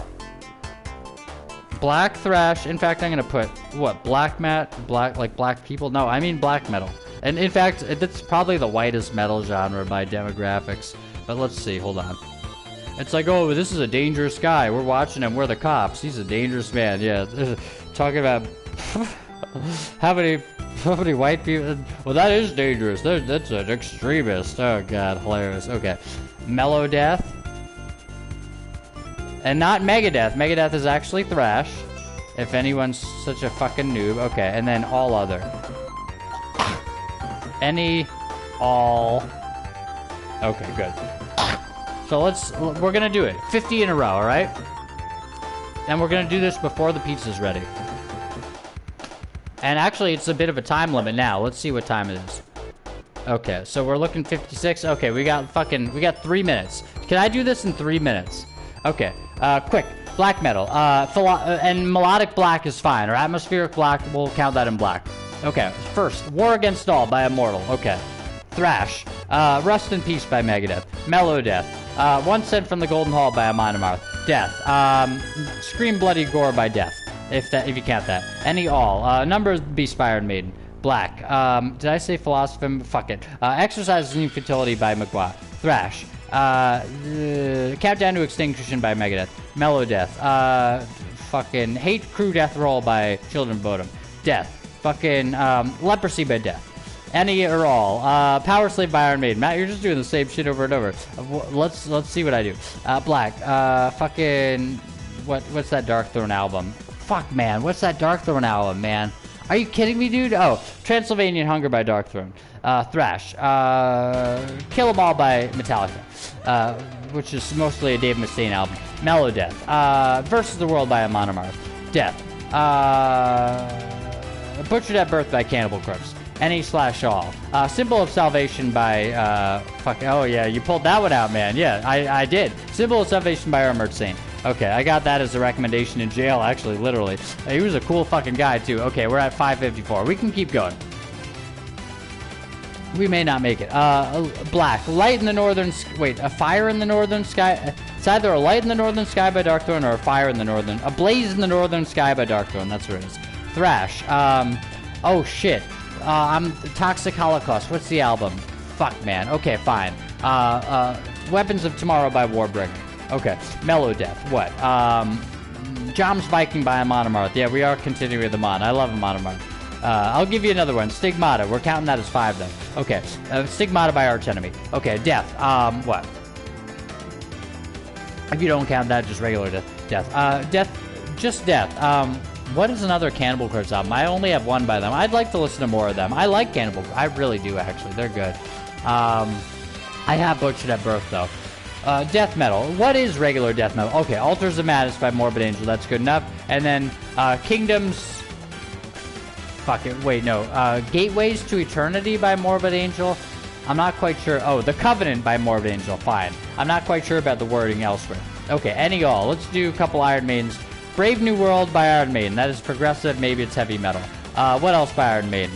I already did Power Slave. Peace of Mind by Iron Maiden. Okay, we're trying to do speed round now. Otherwise the pizza burns. Okay, Iron Maiden, let's do more. A Matter of Life and Death by Iron Maiden. The Final Frontier by Iron Maiden. The Book of Souls by Iron Maiden. Senjutsu by Iron Maiden. Okay, now we're going to thrash metal. Let's do some more Metallica.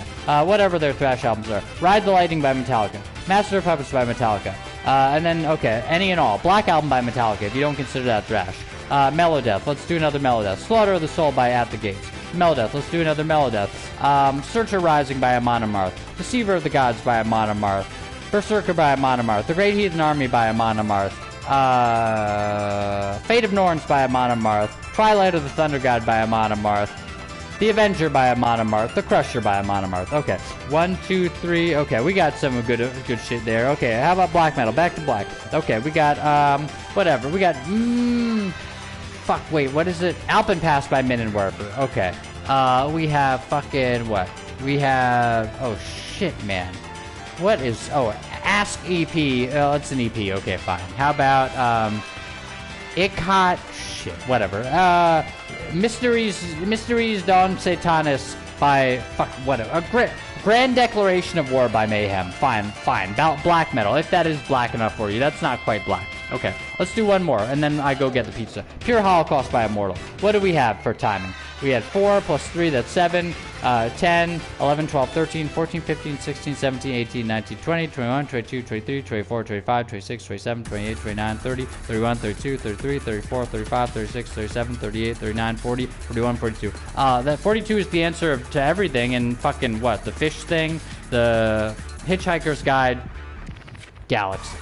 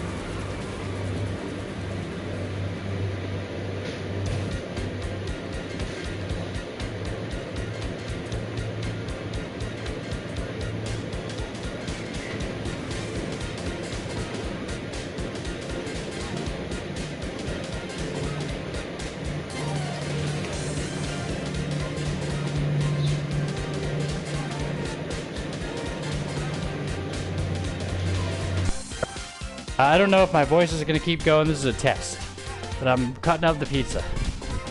Hold on. You know what? Actually, let's fucking hold on.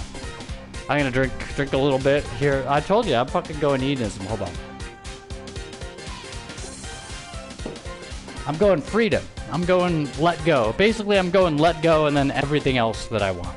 Let go and then everything else that I want. How about that? Why not? That's great, dude. That'll do for me. Oh, what? Wait, where's my pizza roller thing?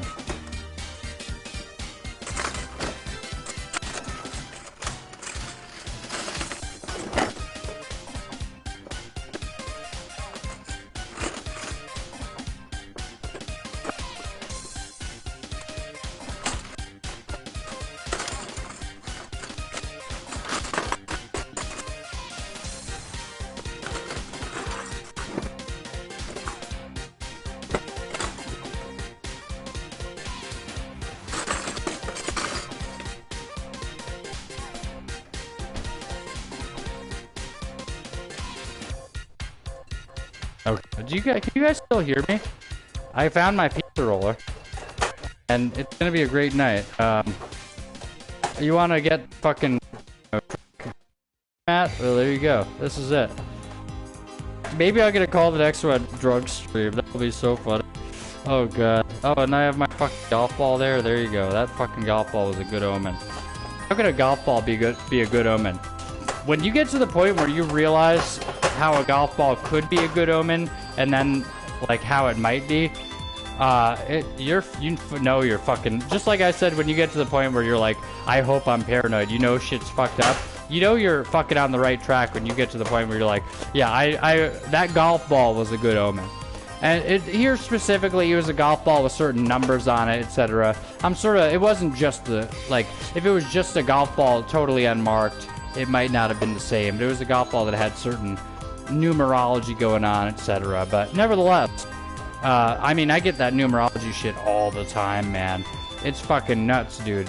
I'll be watching fucking GDQ and it'll be like every fucking donation is like super meaningful. And it's like, oh, Matt, you just sound crazy. It's like, all right, you probably sound mediocre. Yeah, that's what helps you stand out. It's like, no, I'm not that because it helps me stand out. It's fucking meaningful when you start to realize this shit. All right. I love fucking Sonic, dude. I love Sonic. And Sonic is like off Mario, but nevertheless, I love Sonic. I love Mario. I mean, it's funny, like I act like such a Sonic. I'm definitely, I think, more of a Mario fan by classical training, but a Sonic fan by necessity, because Mario only has so many games that I can play right now, because I don't have that many Nintendo systems. So Mario is not my big guy. My big guy is Sonic, actually. It's like, Matt, what about your big guy, Crash Bandicoot? Yeah, Crash is my guy. I like Crash. I like Ratchet and Clank. I like all my fucking. In fucking, that's hilarious, actually. In Bridesmaids or whatever, the guy kept.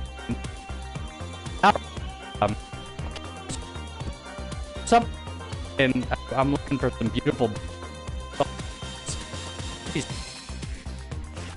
Kind of truth drive, I don't know. Okay, hold on. I thought to say Michael Scott. Looking for the beautiful babies, or so, because like that's from that. I don't know. From another.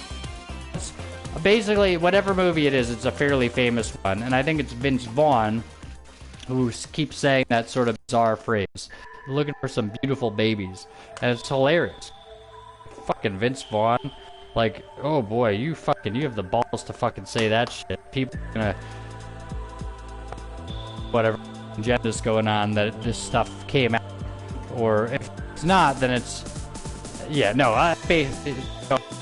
fuck, coincidence that this shit came out. It's like, yeah, obviously they're fucking, check out Alan Watt. He's like, yeah,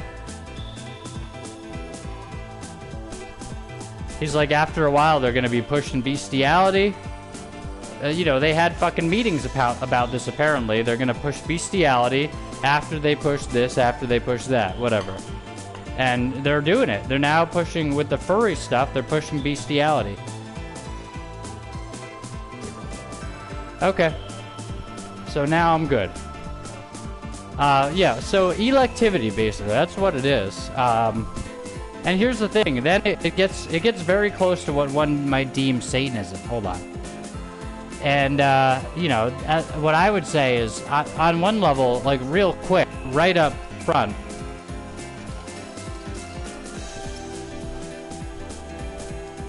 right off the bat,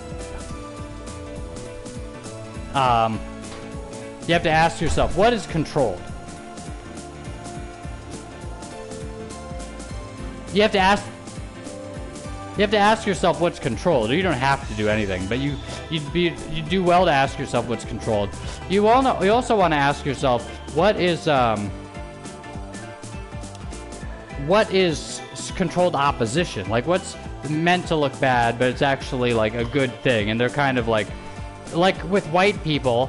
You know, it's like, oh, you know, people think white people might be the most resistant to tyranny or whatever. That's why white people are being treated so badly. And what are the you know, traits of white people that are being demonized? Well, it's the traits of being personally empowered. It's XYZ. It's like, no, those are dominator traits. It's like, okay, so you don't get to be personally empowered, but the people in the media do?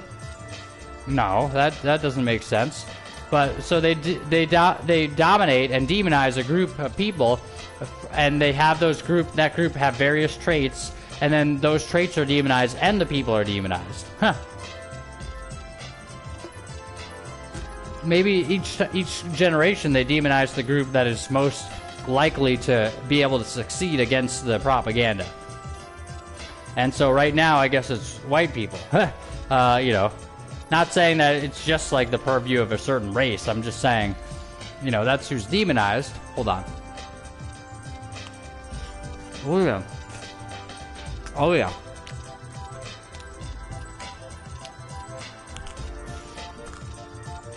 Okay. Okay.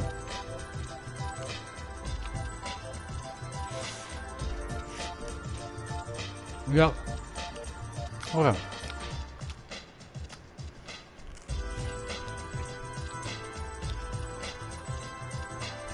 So, man, I'm just so looking forward to things being different, and it's not going to take a while. It's going to be very soon. That may sound funny to you guys, but I think it's going to be very soon. Really.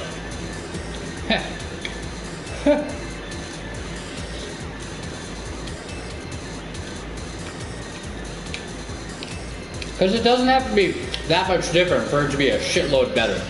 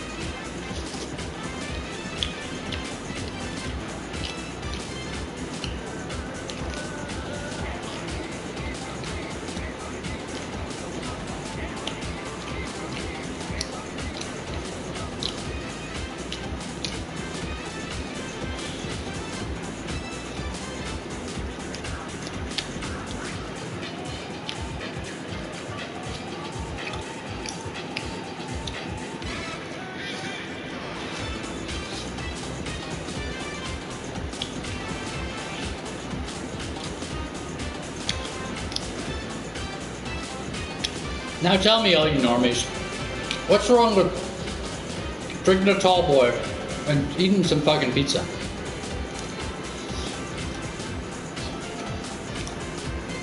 What's wrong with that?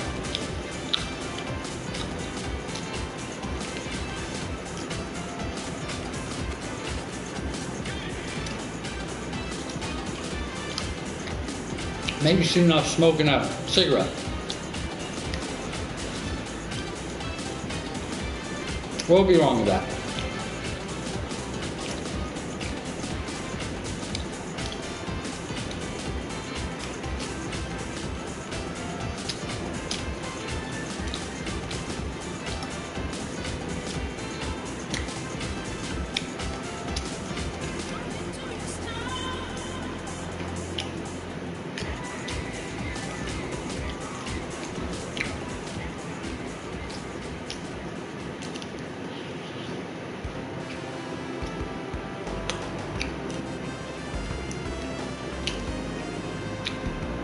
Sonic spoilers.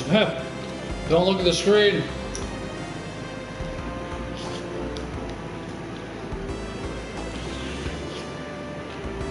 By the way, it was Robotnik back then, not Eggman. Thank you. Oh shit. You know what? There's a Mandela Effect documentary I'm gonna watch, guys. See you later. It's on Tubi.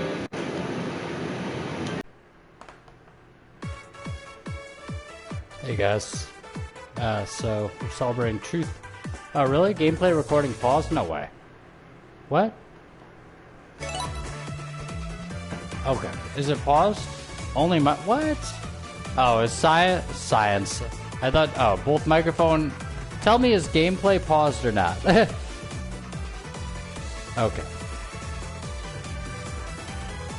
I thought to say is science paused, but no, it's Sonic paused. Okay, I went back to the menu. It doesn't appear to be paused. Well, it doesn't appear to have changed. Okay, hold on. I gotta let go. This is a good test.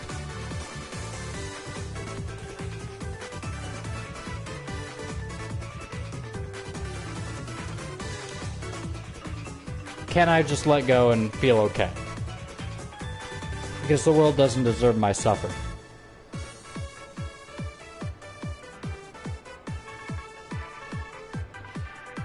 Alright, hold on. Let's go listen to some Sonic music, actually. They should have a museum. Yeah, museum. Sounds, okay. I wonder if we get to listen to all the music. Oh, premium color? Are you fucking kidding me? Okay, whatever. Good enough. Yeah, man. So, let's live as if there's no point in suffering at all. There's nothing good in it. I just saw Synth playing the game The Darkness 2, actually, and the shadows were like saying, the suffering, ooh, tasty or something, as if it was like loosh. Yep, absolutely.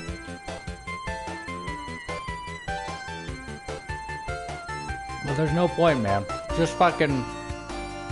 What if it were this way? What if it really were just stay good and honest yourself, and then just try to make your life as good as possible. And then maybe when you do that, then you'll naturally start reaching out to help others. But you gotta try to start to make your life as good as possible first. Man, I really want to fucking smoke, though. Like, I really would like to smoke some tobacco. I'm thinking of... It's gonna be big, guys, but I'm thinking of selling my PS2 and my games tomorrow. I don't relish it at all, but I have like no money, and I'm really trying to change my life, and I called the pawn shop today, actually, and because I have a couple of video cameras, I have a couple of nice watches I've been given as gifts, etc. And I was like, well, how much money could I get for some of this? Nothing for anything. He's like, no, he's like, sorry, and he looked it all up. He's like, sorry. It's like, shit, man. These are a couple nice looking watches, and a couple, you know, they're Minolta cameras. They're mine. And I still would have one. The one I recorded the FF12 thing on. That was the coolest one, but these other two are nice too. Oh well. Maybe I should go to like another pawn shop. He was like more of a we buy electronics type of shop with pawn on the side, maybe more. Could be just waiting for the right shop. So you know what? I think maybe I'll still try to sell this other stuff tomorrow. See if I can get it. And then, only if that doesn't work out, then I'll be like, alright. Alright, my PS2's worth like fucking probably 150 bucks from what I looked. It works, it's a PS2. Plus I have the 2 controllers, I have memory cards, I have a decent amount of games. And each of those games, if I was looking at the prices, and it's like, if you were to buy it on eBay or wherever it was showing up, each of them was like fucking 29 bucks. And that was like the first like 3 or 4. That was like literally the first 4 out of a stack like 6-7 times that big. Say I get like $15 for each of them. What? That's like 10, 20. That's like $250. Plus with the PlayStation 2, it's like, you know, what, they give me 80 maybe for it? I don't know. if I could pick up like $400 tomorrow, and then that would help me just survive a little better and move, because the big thing is moving. Without moving, it wouldn't be worth it to drop all that. Like, oh, I'm gonna eat a little nicer food for a little while. No, it wouldn't be worth that. But I'm gonna move. Like, I'm using that money as sort of funding money to fund me moving. So there you go.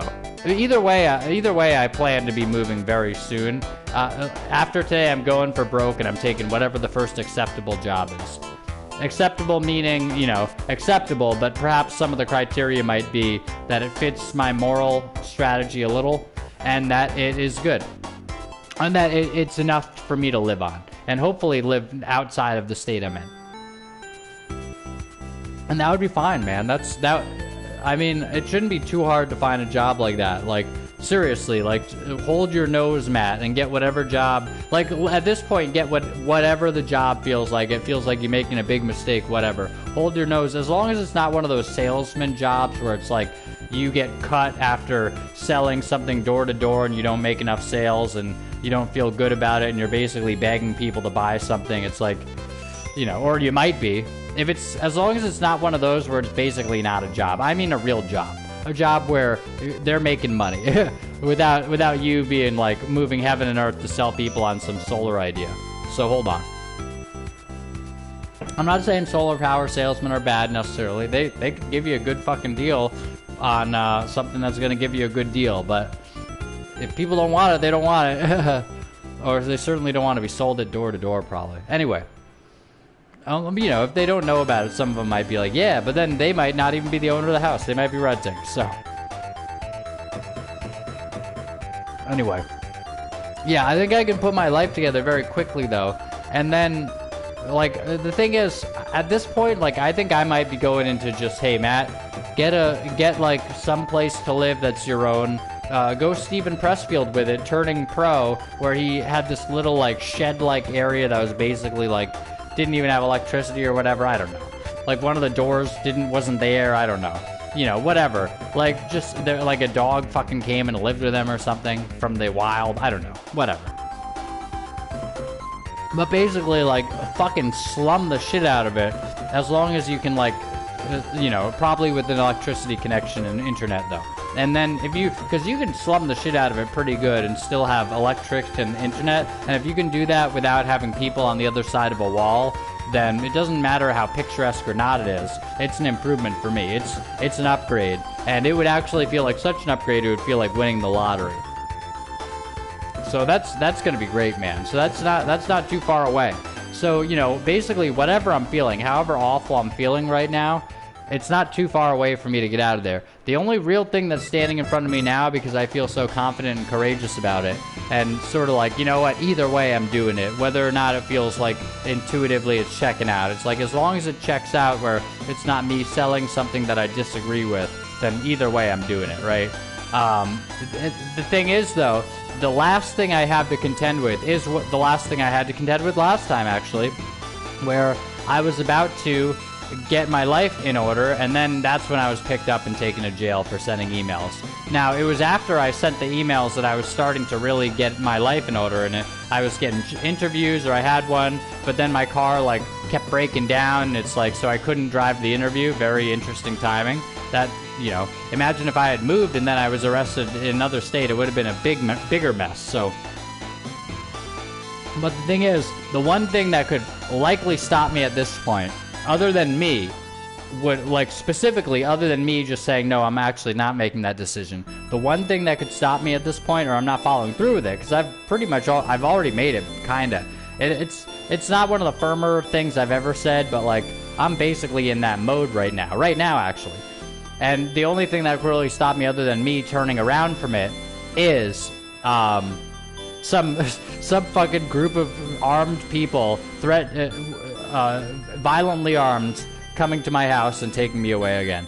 And I don't know what it would be for this time, but, you know, if you're in my position, it's like the first episode or an early episode of The Americans, where, like, what the woman character, she's a spy and her husband is as well, and she, like, notices someone's following them in the car, and she's like, you know, you know if someone's fucking following you, you realize it. And it's, you know, it's like in her line of business, sure. But I was impressed by that. But now it's like, yeah, if somebody's following me, I could have a pretty good idea. I don't know. And the thing is, I'm not quite sure that that's not happening. So, like, I'm kind of afraid. Like, you had your classic, like, cops pulled in at the fucking supermarket parking lot today. And they were in their fucking, like, big black Jeep thing. And it's like, you know what? I've seen that Jeep a lot recently. And so I look over and I sort of double check, and it's like, yeah, that's a fucking cop in there. It's like, oh my god. Like, two of them, like, they're hanging out, and it's like, have I just seen it because that's what they drive around this area with? Or have I seen him a lot because they're following me? I don't know. They were at the place that I ended up going. So I don't know. Whatever. It's like, Matt, well, how would they ever know where you were gonna go? Well, I mean, that's the thing. Hopefully they wouldn't. Like, when, as I said in the past, when you get to the point where you're saying, hopefully I'm paranoid, then you know you're really fucked, right? Or that it's really a situation that might be hilarious. It's like, hopefully I'm paranoid, but, you know, I don't know. Like, I've literally had them, like, looking into my internet activity in the past. I fucking paid for them to be able to do that during my probation, so it wouldn't surprise me if they saw that, like, I had looked up, like, prices for oven pizzas at Stop and Shop, and then I left the house, and they're like, well, he's probably going there, you know? It's like, well, why would they follow you? Oh, well, exactly. Why would they follow me? What, because I'm making, like, edgy fucking Twitch fucking streams talking about how a sateless society is more peaceful than otherwise? That sounds kind of ridiculous now, right? Whatever. Hold on. I'm gonna go get the pizza in. I'll be right back, actually.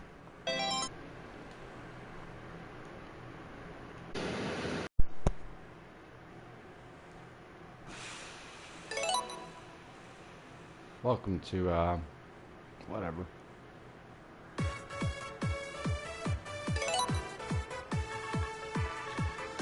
Yeah, so I hope to be, have things be radically different soon, and I think they will be.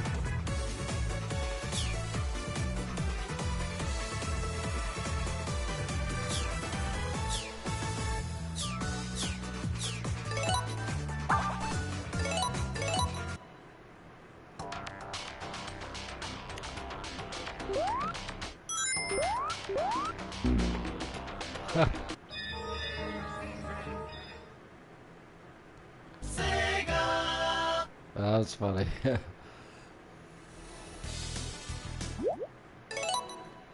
Alright, they start me there, yep. Fuck, man, hold on. Hold on, we gotta do the letting go thing. We don't have to, but that's what I'm gonna do. Oh, man, nothing but constant attacks, dude. This is like... It's funny, too. I was watching Synthetic Man, and he's doing a live stream now. I guess he said he was winding it down. He was talking about how his mom, like, was watching the super propaganda TV show, and he said something like, this is propaganda, like, can't believe you watch this stuff or something. And he said, like, she started, like, yelling at him. And it's like, oh, what, yelled at him? It's like, yeah, well, it's that. What have I been suspecting about, like, his mom's situation, where she, like many mothers, is basically pouring acid on his soul, just working totally against him emotionally, and maybe she doesn't even know it. Like, maybe, I don't know, man. At this point, I hate to go into, like, the, like, black pill stuff in terms of, like, oh, like, women are this, and women are that. But it's not. I guess it's not just women, because I guess there is the whole, certainly men are NPCs as well.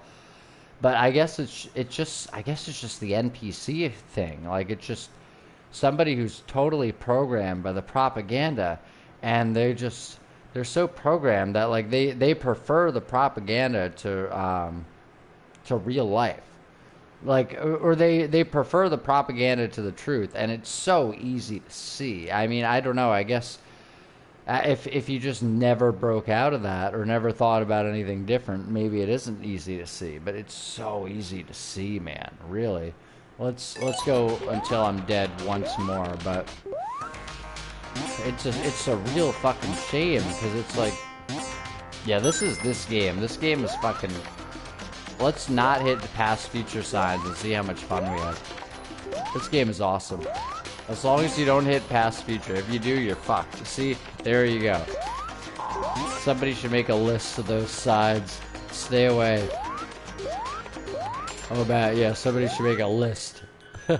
Yeah. Oh, there's another one. These fucking signs. I hate these things. Because then you can't go fast in the level. Once you hit a sign, you're not allowed to go fast anymore. Like, what's the deal with Sonic games being like, we're gonna punish you for going fast? It's like, is this like hell?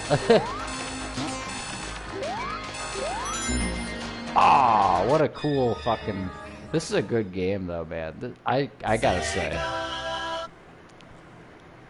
Oh shit, hold on. How do I get out of this? Ah, boy. Hold on. Hold on. Hold on. Oh, okay. Main menu. There we go. Great.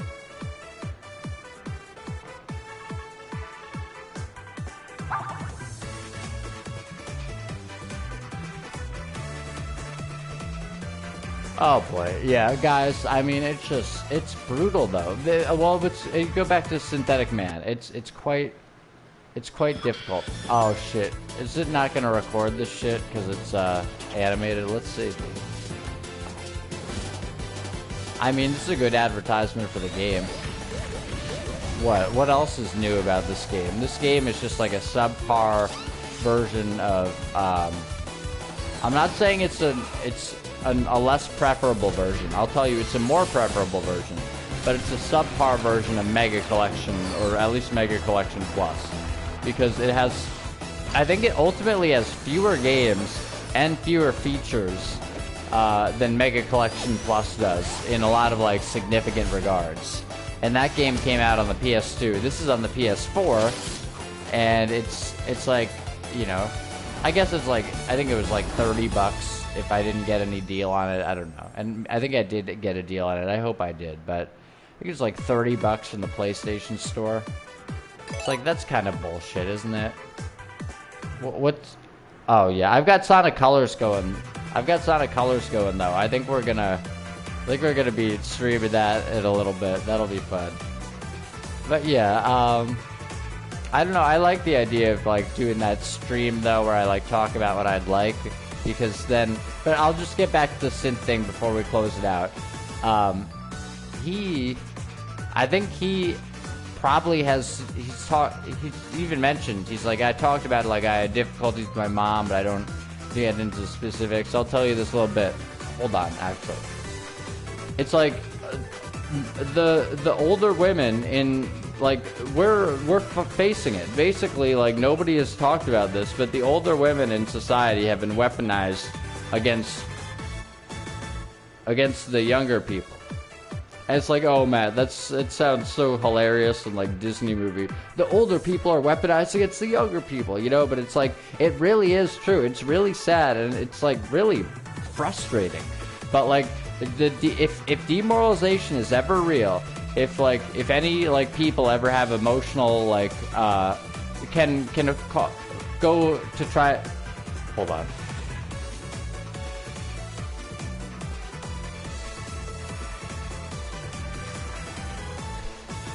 If anybody can ever emotionally affect another person in a negative way, that's what the older generations, or at least like, let's say boomer women, quote unquote, have been programmed to do to their fucking children. Like, just destroy them. Like, try to fucking destroy them.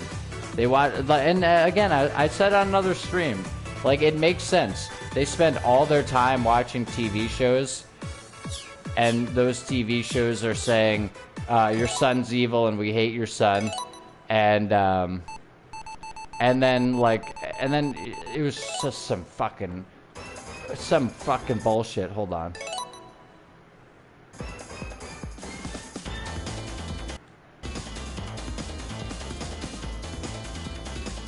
Yeah, so it was just some fucking, like, Synthetic Man said it was a TV show where, like, some woman had a family from some previous thing, and then, like, the show was about, like, oh, this guy, he's like more than happy to step in and, like, be the leader of someone else's family, or something. Maybe it was even worse than that, I don't know, but it's just something where it's like total loss of dignity for many men.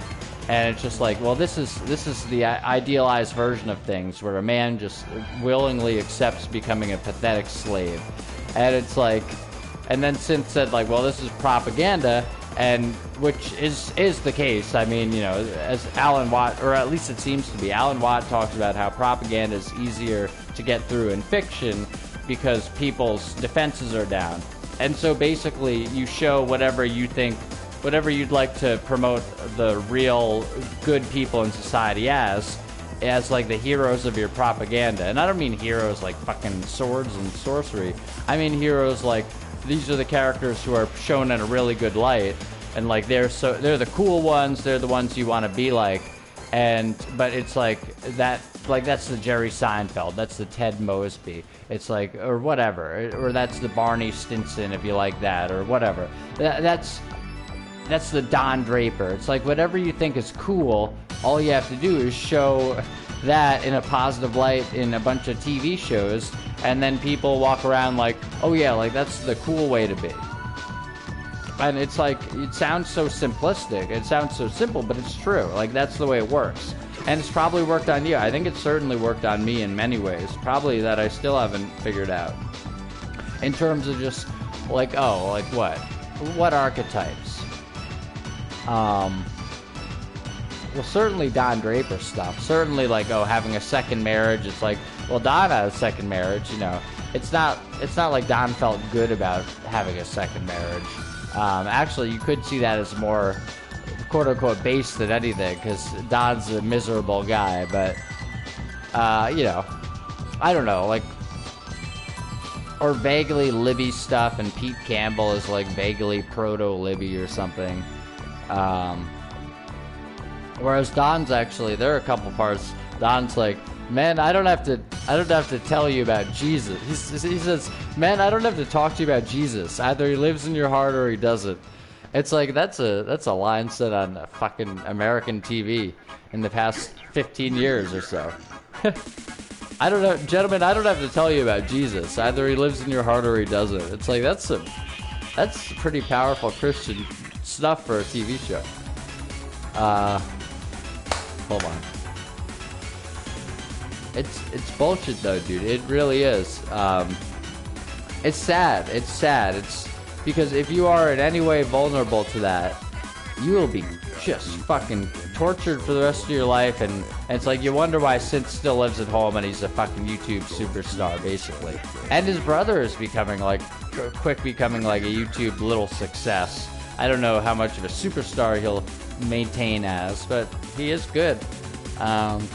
You know, it's like, do you catch lightning in a bottle twice with the same family? Maybe you do. I mean, his brother, he's making good shit. Hold on. Yeah. It's like, I don't know.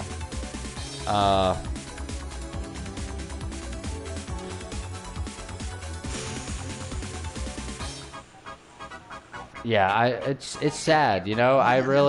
I woke up and I was like, you know what? I don't know if I want to sell my PS2. And I was looking at the games and I was like, and it's like, you know what? I think I might just fucking hold my nose and do it.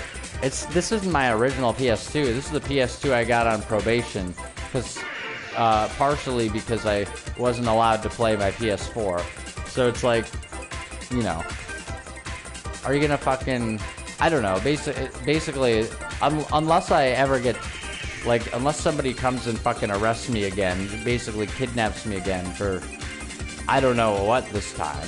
It's like last time I sent somebody angry emails, that was the only time, so what would it ever be, right? But unless somebody did that, then what, am I fucking nostalgic about this PS2 that I bought during a hard time in my life? It's like, It's like, well, Matt, that sounds like a rhetorical question. That sounds like something you might be nostalgic for. I don't know. It's like it's not as much as if it was my original PS2, and those games are all the same deal. I mean, I don't know. Maybe I'll take all the games and the PS2 to the game shop, and I'll see what they give me for the games, and maybe I'll keep a lot of those. But if I can sell the PS2 for like $80,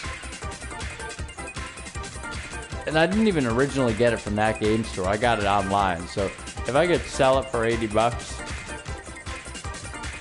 something like that, and then sell the games for another or some of the games for another 50. That would really help out, and that would make it much easier for me to get to having a good job, or not even a good job, just having a job. Because I'll tell you the hilarious next leg of my story. This job that I was interviewing for, I had one pretty long phone interview for. It was more than 30 minutes, and then I got another phone interview that was even longer, and it was with the guy I talked to and another person who worked there. Although that other person hadn't said much, but still. It's he's like, well, can I have you wait another week? And by this point, I've been doing a fucking interview process for 4 weeks, and I'm not looking to bash them or anything, but I am saying it's a cartoonish situation for me. Because I've been doing this fucking interview process for 4 weeks now, and it's to the point where the first time we had the interview, I was like, all right, and he calls me late, I sent him an email 15 minutes after he's supposed to call me, and whatever, and he's like, oh, it's a busy day, and it actually did seem like he was a reasonable and responsible guy. It just, I guess shit does get busy, and I wouldn't necessarily just be like, oh, it got busy, I just totally didn't call somebody. It's you could go pop in and call them and real quick, I don't know, and just say can I call you back, or send him an email, whatever. Anyway, then the second time, basically he said, well, I'll give you some idea of what's going on by X date. And then I waited, and of course he didn't tell me, and then I think the next day I sent an email, and I was like, hey, should I just take this as a no or something? I just want to know. And he's like, oh no, he's like, you can withdraw if you want, but we're still whatever, still thinking about it or whatever. But you can stay in the runnings if you want to. And I was like, well, yeah, I'd like to keep my name considered. I just wanted to know. And so then I had the next interview. And then he's like, could you wait another week? And it's like, all right. And it's not like this is for some crazy big office job, but it would have been, this was the one I was excited about. It would have been really nice in many ways. But I just, of course I get the unceremonious email, at least it was today. He said, I'll send you an email. I think he said on Saturday. And so he said first thing, it ended up being late. It was after 7 p.m. But still, at least he sent me the email. But it was sad. It was just this little email saying, yep, sorry, we have gone with another candidate. And I had a couple of fairly friendly interactions with this person for a little while on the phone. So it's the brevity and sort of blandness of what he said. It's just funny though, because it's almost like they were keeping me, they were just keeping me going on it. Almost to stall me out, because what has this done? If I hadn't been going on this, there are literally multiple other things that I could have taken. If I hadn't been going on this, there were two or three things that might have turned into a job at this point, and it would have been acceptable. Oh well. I guess the moral of the story is, if you're going for a reach, maybe don't have it be a reach that then takes a long time and sort of stops you from changing a situation that you sort of badly want to change. If the idea is changing a situation that you badly want to change, maybe go for something that you actually feel more likely to get. Because I felt like this was sort of a reach or a long shot the entire time. Not that I haven't gotten stuff before that I was like, oh wow, I got that. So, but, hold on. Oh man, this fucking sucks, dude. This is the worst. this is the worst life, guys. This is the worst life. It's hilarious. There's a great line in True Detective where they say, "This is my least favorite life, the one where you fly and I don't." This is my least favorite life, the one where you fly and I don't. It's great. It's so great because it really describes it. And it's like, well, Matt, that's just negative. Of course you have a life like that if you think that song is great. It's like, potentially, you may be right on a lot of levels. And I'm not saying, like, I don't have the power to change it. And in fact, I'm going to change it very soon. I was saying on stream, I think I'm probably going to. I was saying it's just me, the government, or supernatural events can stop me now. Like, that's it. But I just look and it's funny because it's like I wasted my time with this fucking job interview. And it didn't turn into anything. And it turned into so little that the guy's friendly tone even went away. The guy's friendly tone melted into like a 2-sentence brief, like semi-polite, but almost semi like, you know, like almost semi like makes you feel worse because it's written in such a way where it's like, we decided to go with another candidate. Almost like there might have been like some angriness under it for some reason. I don't know. Or like some like disapproval. It was written with a distinct sense of disapproval. I don't know. But it's just funny. It's like, and this is what I've been waited the entire time for. Whereas I felt like, oh, other things would probably work out more likely. They might not be better ultimately, but they might work out more likely. And this whole time, this has felt like, well, you know, I'll keep this going just in case they give it to me. But for various reasons, this seems like more of a stretch. Hold on.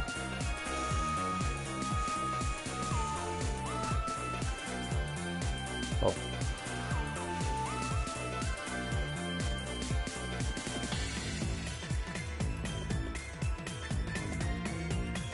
Oh, you know what? Actually, wait, hold on. I think Sorry. Oh boy. Anyway, yeah. So that's basically the size of it, though. It's sad. It's just like, what opportunities have I let slip by because of this thing that I didn't even feel right about, or not that I didn't feel right about, but this thing that I felt was less likely. What opportunities have slipped by? And the funny thing is, it's sort of like the Matrix. It's like is there in any way a possibility that, say without knowing it, this person was activated to like kind of keep me going, keep me thinking about like, oh, but what about this job? And even doing the thing in like the second interview where he was like phrasing things as like, this is what you will get, like these are benefits that you will get rather than that you would get if you got the job. Like he broke into will a couple times, and I was wondering, like, was that intentional? Was that some kind of signal, or you know, or was that just, I don't know. So that was unfortunate. I'm not really that disappointed. I'm more amused actually, because, and not like, oh, I'm a soldier. I'm a tough soldier. I'm amused. You know, it's like, oh, you know, like, oh, straighten up, little soldier. It's like, you know, I'm a fighter. I'm a warrior. I'll get through this. It's like, no, I'm actually. It is kind of amusing because it's just like, of course, you get all to the end of this shit, and it's like, yeah, well, we're actually not going to go with you, and we're going to say it in a tone that maybe has a little strange disapproval, and it's like, I don't want to bash them. Like, it could just be, like he wrote me a form letter and he didn't feel like it was appropriate to say anything other than exactly that. I don't know, but that's, you know, one might, but the funny thing, but either way, it's like, Howdy McCoskey talks about people in your life, and this is the same thing as suppressive people in Scientology. Similar thing to Stefan Molyneux saying, like, basically, you may self-sabotage with basically a voice in your head that represents, like, your mother who hated you, or something like that. And it's like, but basically, but similar enough anyway to the mechanics where it's like, but getting back to Howdy McCoskey, it's like, there will be people in your life where if you think about it, or events where if you think about it, like, and it sounds weird, but actually think about it, where it feels like events just artificially went a different way. Like, there might have been different moments in your life where you were about to break free of break free of like some kind of suffering pattern or something. Like really go to a good direction. And if you think back to it, events seem to artificially step in the way and stop it.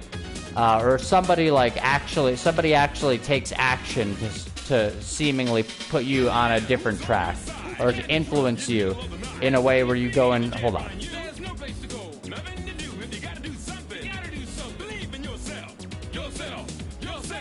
Yeah, look at this. Listen to this shit. This is great. Oh, you know what? This sounds like fucking... I'll tell you what, though. That sounds like copyright music. You know what? Fuck it. Come on. I better get this video soon after I'm done with it, though. Oh, shit. I love this, though. I hope this makes it in.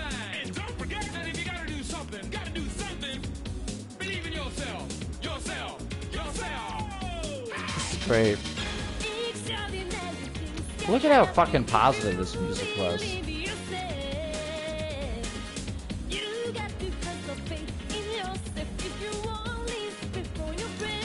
But it's just sad. It's like, but it's funny. But if you look back in your life, like I can definitely identify as something like that, and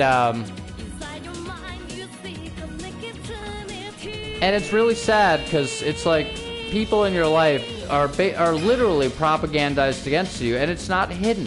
It's not hidden. Literally, the propaganda says certain groups of people are bad, and then those groups of people are hated by the people who watch the propaganda, who are often in their own families. It really is like the invasion of the body snatchers. It may sound funny or something, but it's literally like the invasion of the body snatchers. Maybe I'll call this video on YouTube like the invasion of the body snatchers, how women have been weaponized against their sons.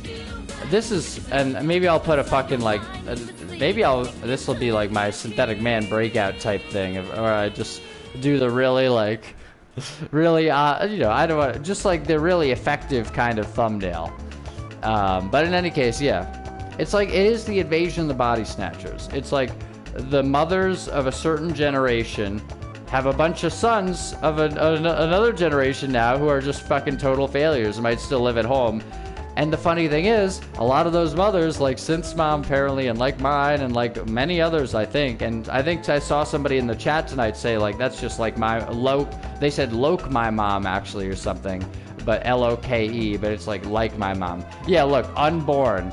Somebody's fucking with me. Every time, every one of these has something to do with what I'm saying. Unborn, sign, IAQC. Are you fucking kidding? Unborn, and I'm talking about mothers and sons. Fuck you. Whoever's fucking with me, fuck you. Or I don't know if it's algorithm and it just picks something that's based on what you're saying. But oh my god. Anyway. So, but it's sad. It's like, because it's not a mystery.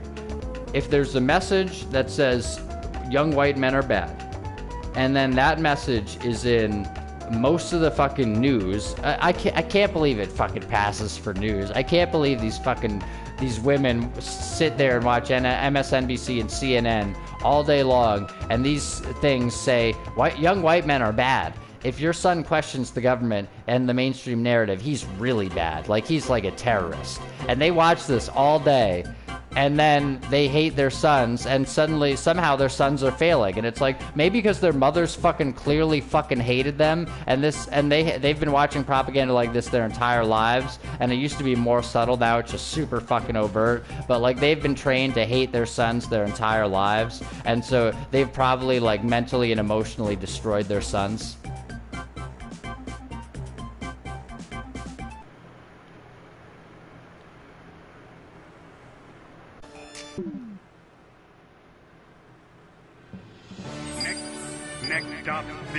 Matt, call that point to failure period. And let's play a level. Fuck, I don't think I've ever done any of these levels. That's crazy. There's a whole world I haven't done. You know, I've trashed this game a lot, but it still has the potential to be fun in every level. It's the entire thing, like, not the entire thing is bad. Like, this is cool. Look at this shit.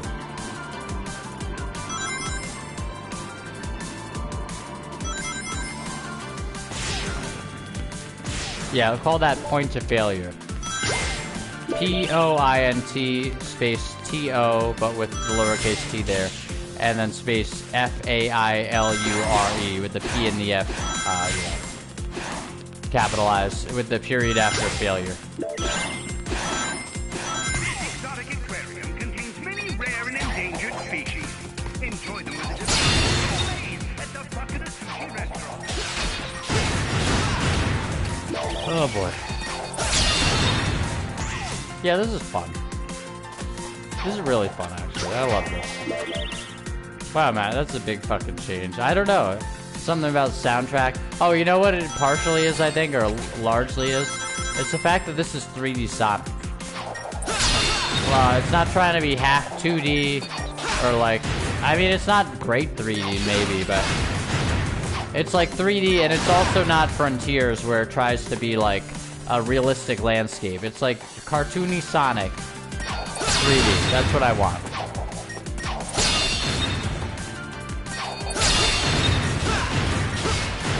Not 2D, not 3D on rails where it's like you're Frogger switching between like 3 things and it's not even as fun as Frogger. It's literally not as advanced as Frogger in the motion department because basically you can just speed up a little or slow down a little, but it's basically like 3 different vectors. You're not even like picking where you are on the vector. It's just 3 different vectors. It's just 3 different points on a screen basically Sonic can pick between. Those are the 3D rail sections. Awful.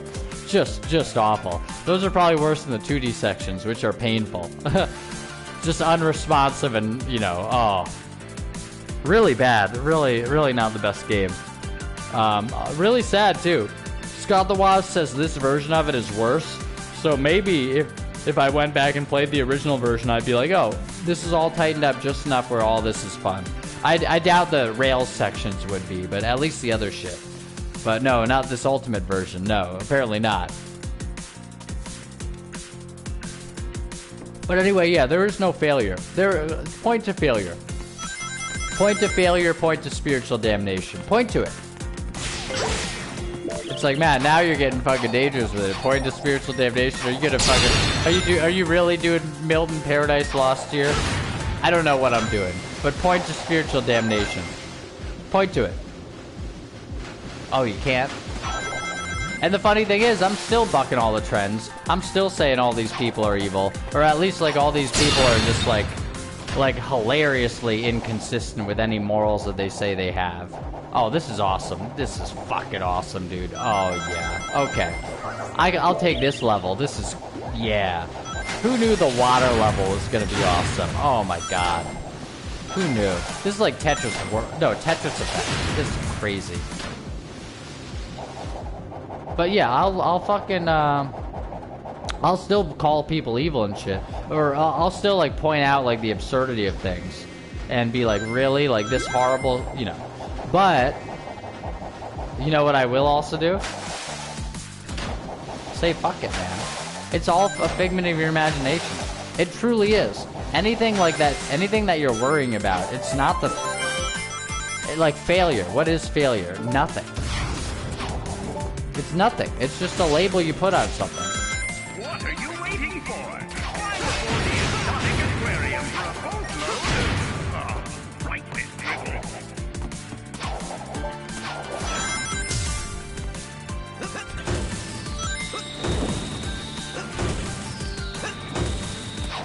Am I liking the 2D segments? Am I fucking liking the 2D segments right now?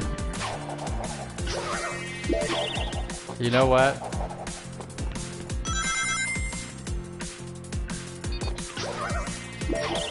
Am I appreciating Sonic Colors Ultimate?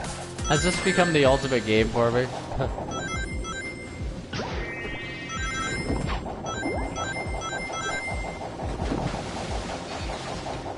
Yeah, motherfucker. Oh.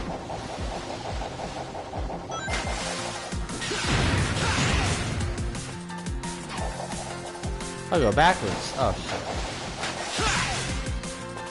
The mighty ocean, cradle of life, trivialized for your amusement and incredible interstellar amusement park. Trivialized for your amusement. That's funny.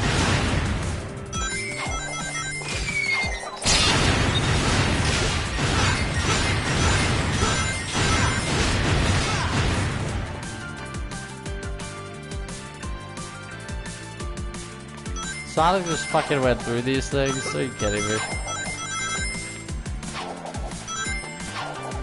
Whoa, what is this friggin' pull back camera? This is insane. I feel kind of like I'm on... I don't know.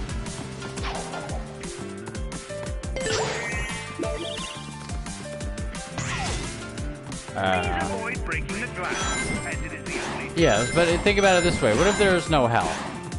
What if there is no hell? Then you're fucking fine, man.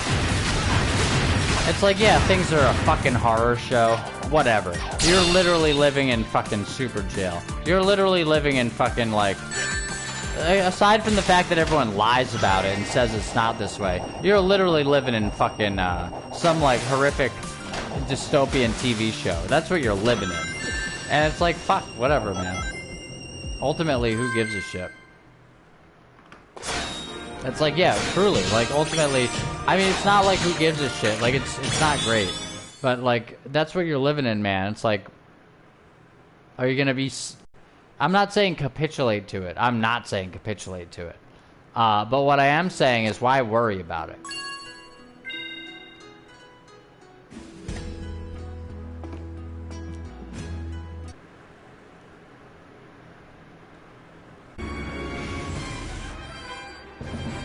Hey guys, hold on. We're doing the let go.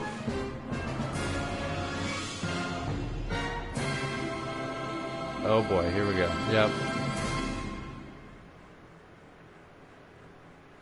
And we got that.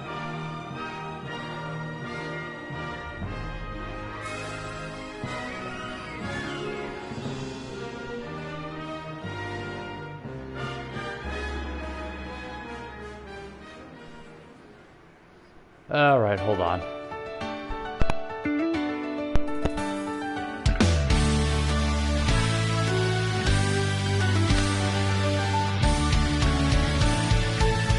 Alright, yeah, so here's Sonic Colors. This game kind of blows. I don't want to say, like, it's terrible.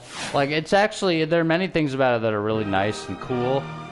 But, on a lot of levels, this game is very difficult to deal with.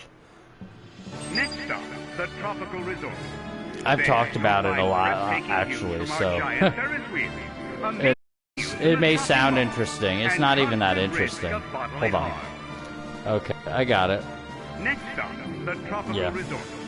There you'll find breathtaking views from our giant Ferris wheels, amazing deals in the shopping mall, and constant risk of bodily harm. Next stop, the Tropical Resort. There you'll find breathtaking views from our giant Ferris wheels, amazing deals in the shopping mall, and constant risk of bodily harm. Next stop, the Tropical Resort. There you'll find breathtaking views from our giant Ferris wheels, amazing deals in the shopping mall, and constant risk of bodily harm. Next stop, the Tropical Resort.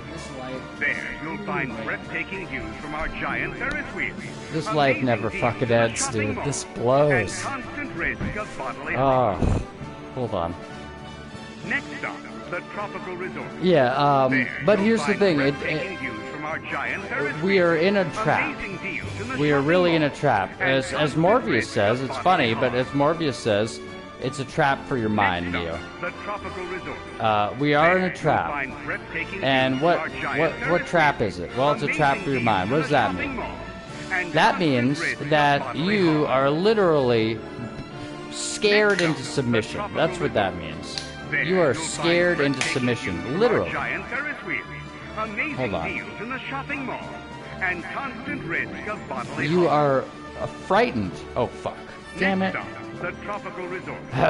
There you'll find breathtaking views from our giant Ferris wheels, amazing deals in That the shopping sucks, mall, man. Okay, hold and on. constant risk of bodily harm. Amazing views from the shopping mall. Next Hold stop, on. the Tropical Resort. There you'll find Darn it, breathtaking it's hard to views from our fucking pour giant this Ferris shit without wheels, it spilling all over the amazing place. deals in the That shopping mall, sucks, dude. and Oh well. constant risk Oh of well. bodily harm. Constant risk Next of stop, bodily the harm. Tropical Resort. Oh my god. There you'll find next stop, Planet Wish.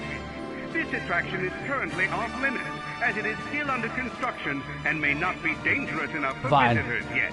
I won't Next stop, waste Planet any more of Ridge. this by continuing to try to This pour it. attraction is currently And then I can off-limits, more as it is still under surreptitiously drink it. construction And may not be dangerous enough for visitors yet. Man, I'd like to, though. That sucks. Next that's stop, that's Planet tough. Ridge. This attraction is currently off limits, as it is still under construction and may not be dangerous enough for visitors yet. I guess because it's such a long Next can. stop, Planet Ridge. This Yeah, attraction this, is but currently the off demoralization limits, is as it real. still under It's funny. It's like construction and may the not be TV, dangerous enough for the visitors TV yet. engineers women against men. It's Next stop, really funny Planet too Ridge. because they always attraction train is- you to hate yourself.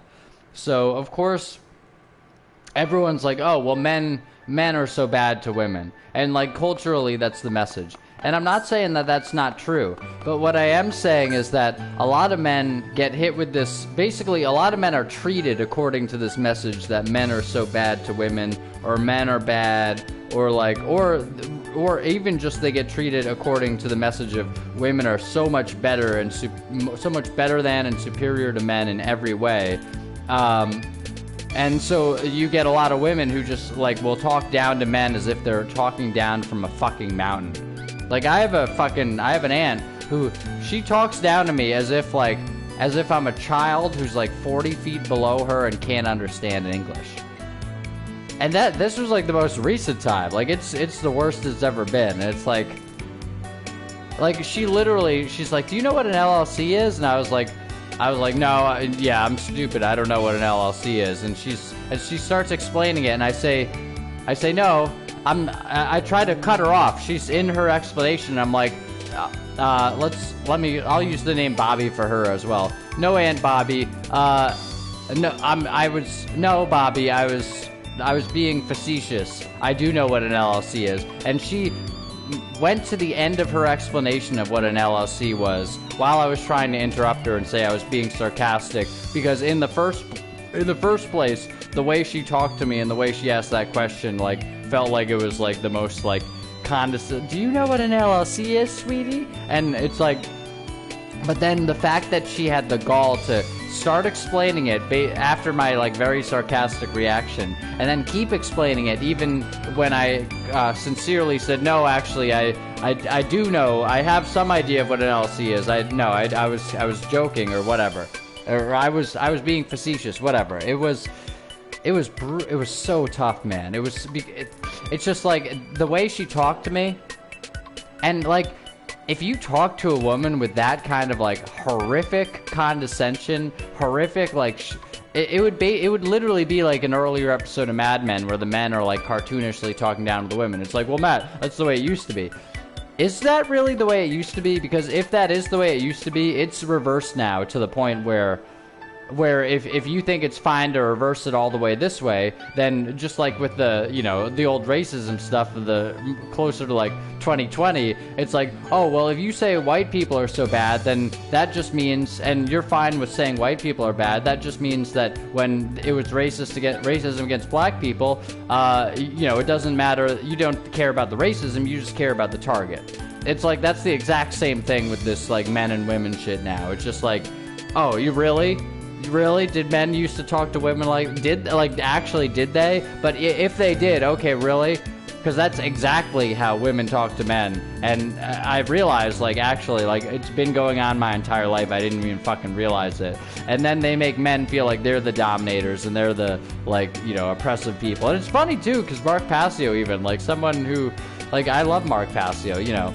And I would probably disagree with him on some things. He's more one of the libbier truthers.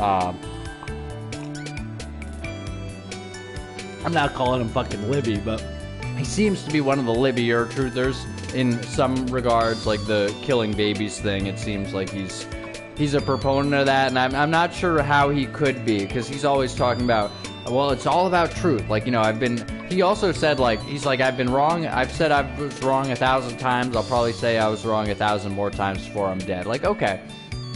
Yeah, I like Mark, but he always brings up the example of, like, if somebody is a Christian extremist and they do blank blank at blank blank location, and it's like, of course, it's like, so your example is always somebody, like, doing blank blank at that blank blank location.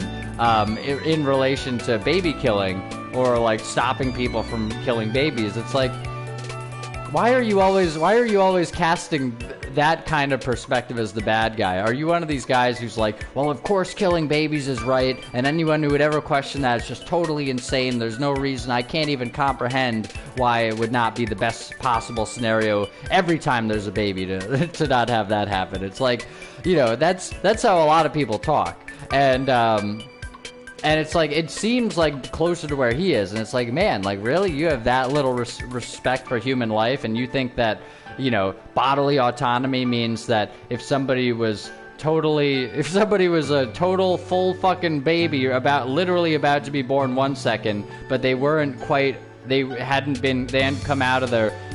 hadn't exited their mom's body yet, their mom's body, the separate one that they were in, then that means that they deserve to be killed.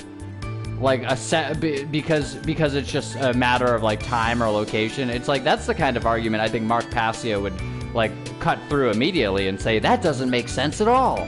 But in this case, it seems like he's like, well, if a baby is still inside the mother, then the mother has some bodily autonomy say over whether the baby dies or not. Like, I'm not saying that that's what he does say, but it's from the way he edges around that kind of thing, it seems like, or from the tone he uses when he talks about that kind of stuff anyway, whatever. The way he, like, shows, like, this is the bad guy, and this bad guy opposes killing babies, basically.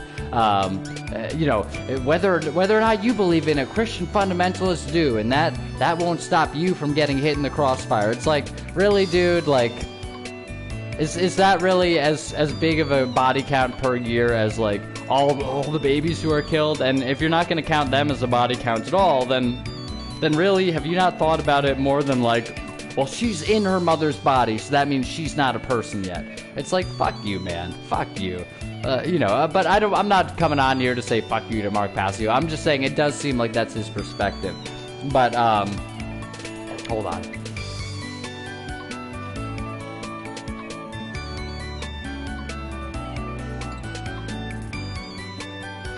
But yeah, I mean, we can talk all day about how horrible things are, and they certainly can be. But, hold on.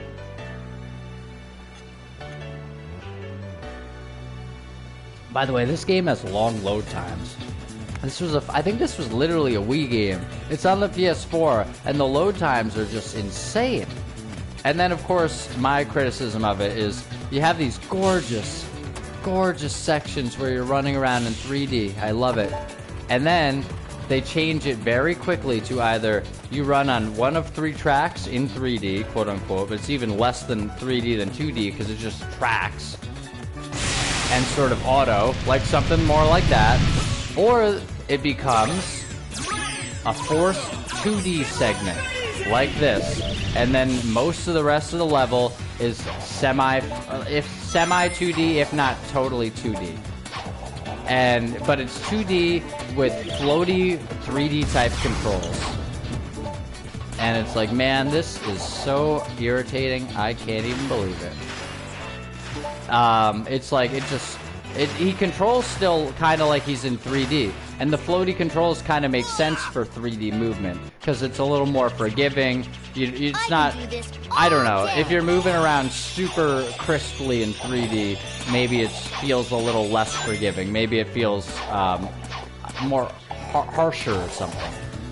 Fuck, man.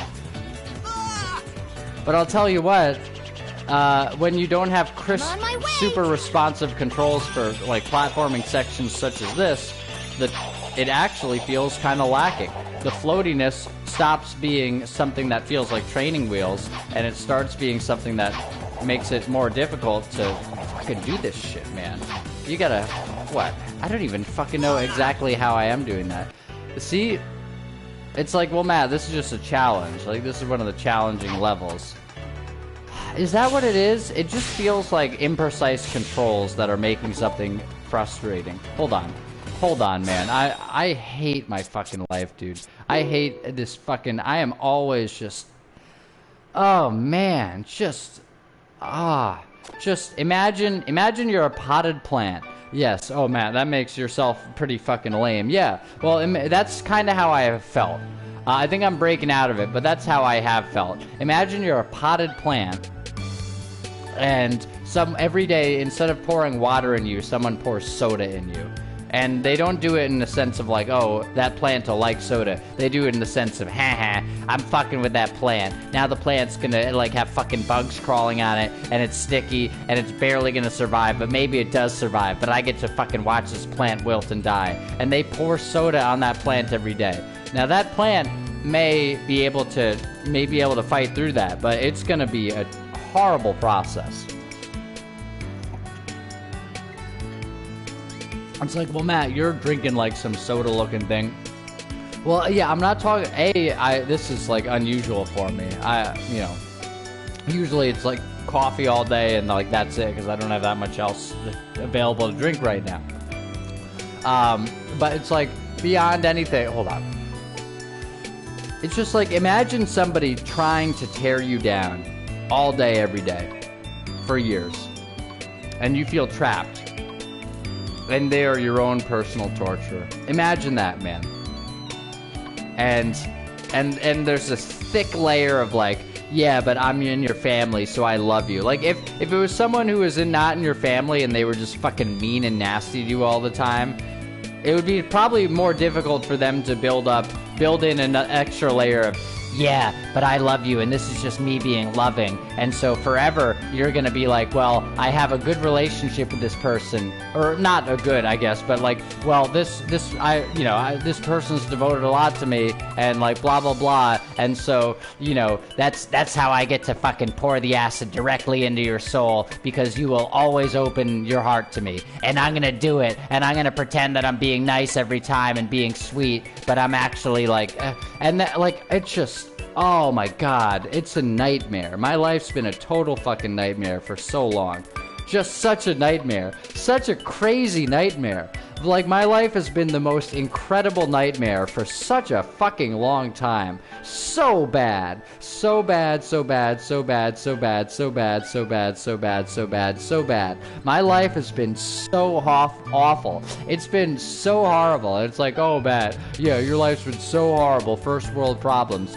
It's been the most suffering, horrible life I could ever fucking imagine. It's been such a nightmare that I really should just wake up and should actually just scream at the top of my lungs. That's how much of a fucking nightmare it's been and how much fucking pain I've been in for so long. For years and years, I've been in intense pain every day, all day.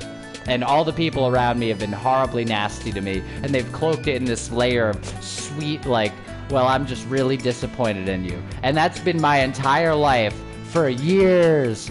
I should wake up and fucking scream my lungs out. And it's like, well, Matt, you're being so negative now. I think I haven't been negative enough. I think that's part of what it is. And Tony Robbins, like, well, it helps to be negative. It may sound negative, but it helps to give yourself some fuel to get out of a situation. It's like, whether it's a Tony Robbins thing and giving yourself pain, and you might see it as artificially or even strategically, or just like acknowledging pain that might be there, because it's like, it's not like you're making shit up necessarily. If you're just like, these are all the things that might not go well, or this is how my life might not be if I don't change X situation. And you don't maybe make shit up. You're just like, yeah, this is how bad it could be. But the thing is, like, I think society has trained us to never acknowledge our own pain. We could literally live in something that is basically our worst nightmare for years and years and years, and we can be in intense emotional pain all day, every day, and everyone around us is horribly nasty to us, and every time we try something we fail, and that could happen we could put in all this effort and like just never get any acknowledgement and blah blah blah, and that happens for years, and that's after you go to jail for sending somebody angry emails in my case. But all this, like, the most horrible, horrific nightmare you could ever imagine for your life for years, and to the point where you feel like it's an impossible dream to ever get out of it.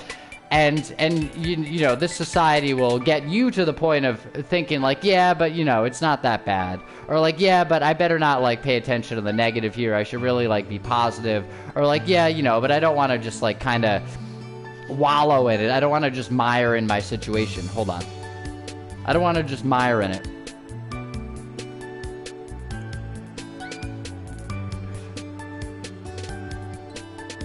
Hold on.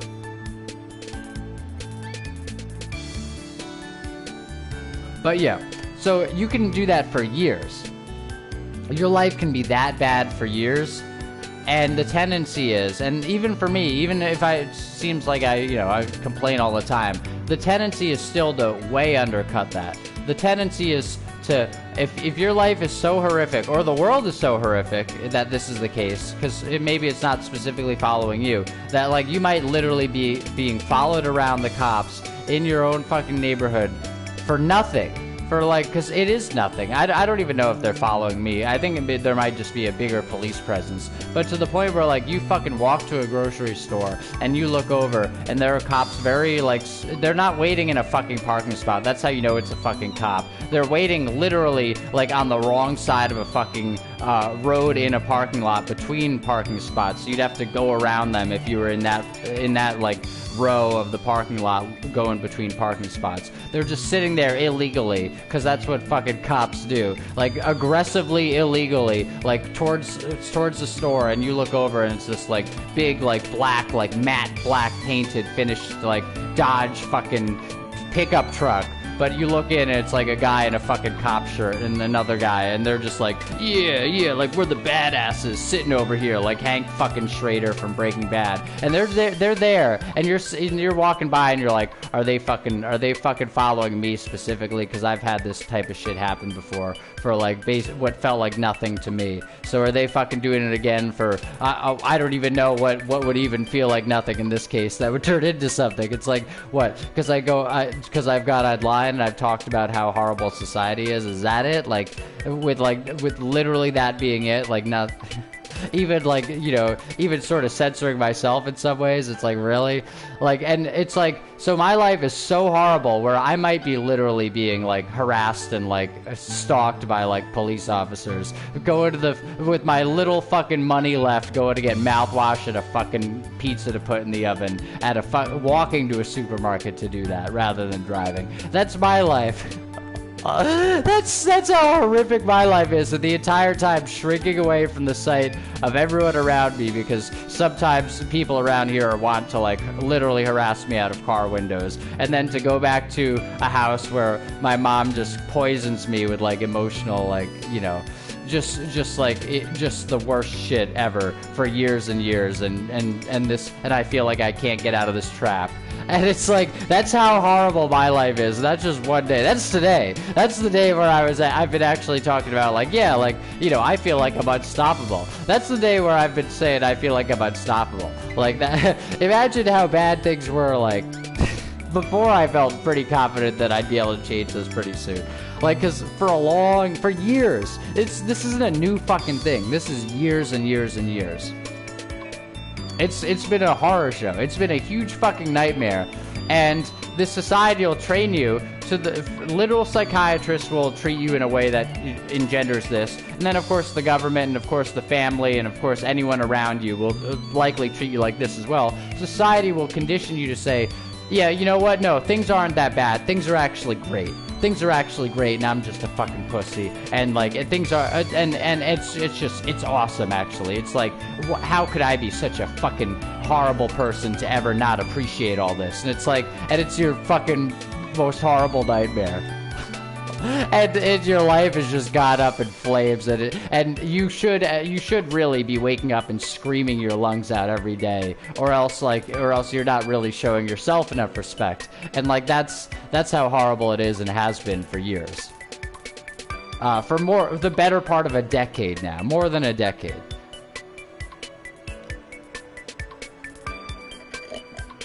Or not? Well, yeah, actually, yeah, more than a decade in some respects, and then more than 5 years in other, like the better half of a decade in other, like more than half of a decade in other respects.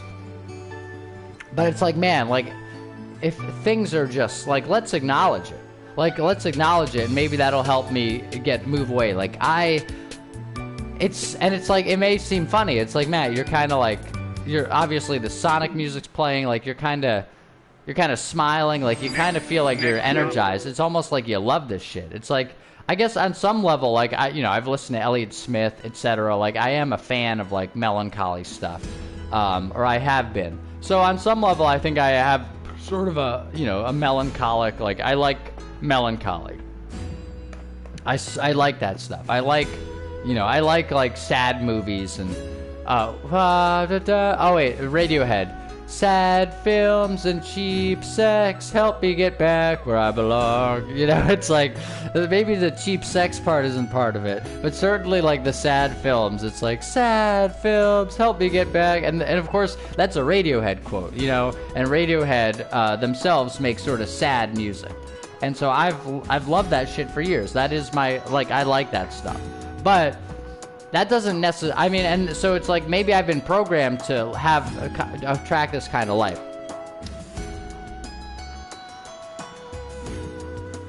But whatever the causal factor is, like whatever it is, it's like, well, Matt, isn't that important? Either way, even if it is important, like either way, now that I am at this point, let's acknowledge how bad it's been. Because I don't think, like, man, like, I think I've been afraid to acknowledge how bad it's been. And I think that fear is quite literally, like, probably some kind of barrier. You could look at it in some way as some kind of barrier that's kept me exactly here.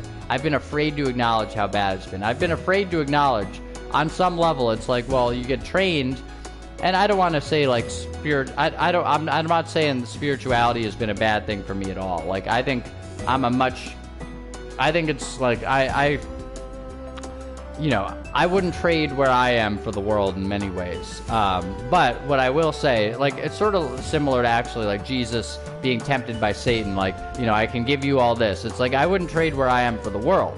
But it's still been a difficult road, and you often, I'm not saying there isn't utility here even, but you may get into a way of, thinking where it's like, well, you know, my circumstances don't matter, my life doesn't matter, like, oh, like, really, like, what matters is salvation, what matters is letting go to the point where, like, I don't get reincarnated again, or, like, what matters is achieving enlightenment. And so whatever that looks like, it doesn't matter my circumstances. And, like, if you really get into it, that's kind of how it is. And on one level, that's admirable. Or there are, like, things about it where it's like, yeah, like, you know, ultimately, it's not about your circumstances. It's kind of, even if it were just a pain-pleasure thing, ask Tony Robbins. Ultimately, it's not about your circumstances at all. It's about, like, how you feel. And then, you know, you might want to change your circumstances. But hold on.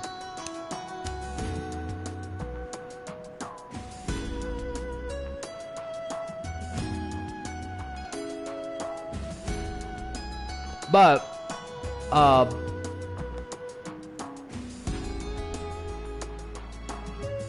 still, imagine somebody who's a major antagonist, and they're like, and basically it's like, let me put it into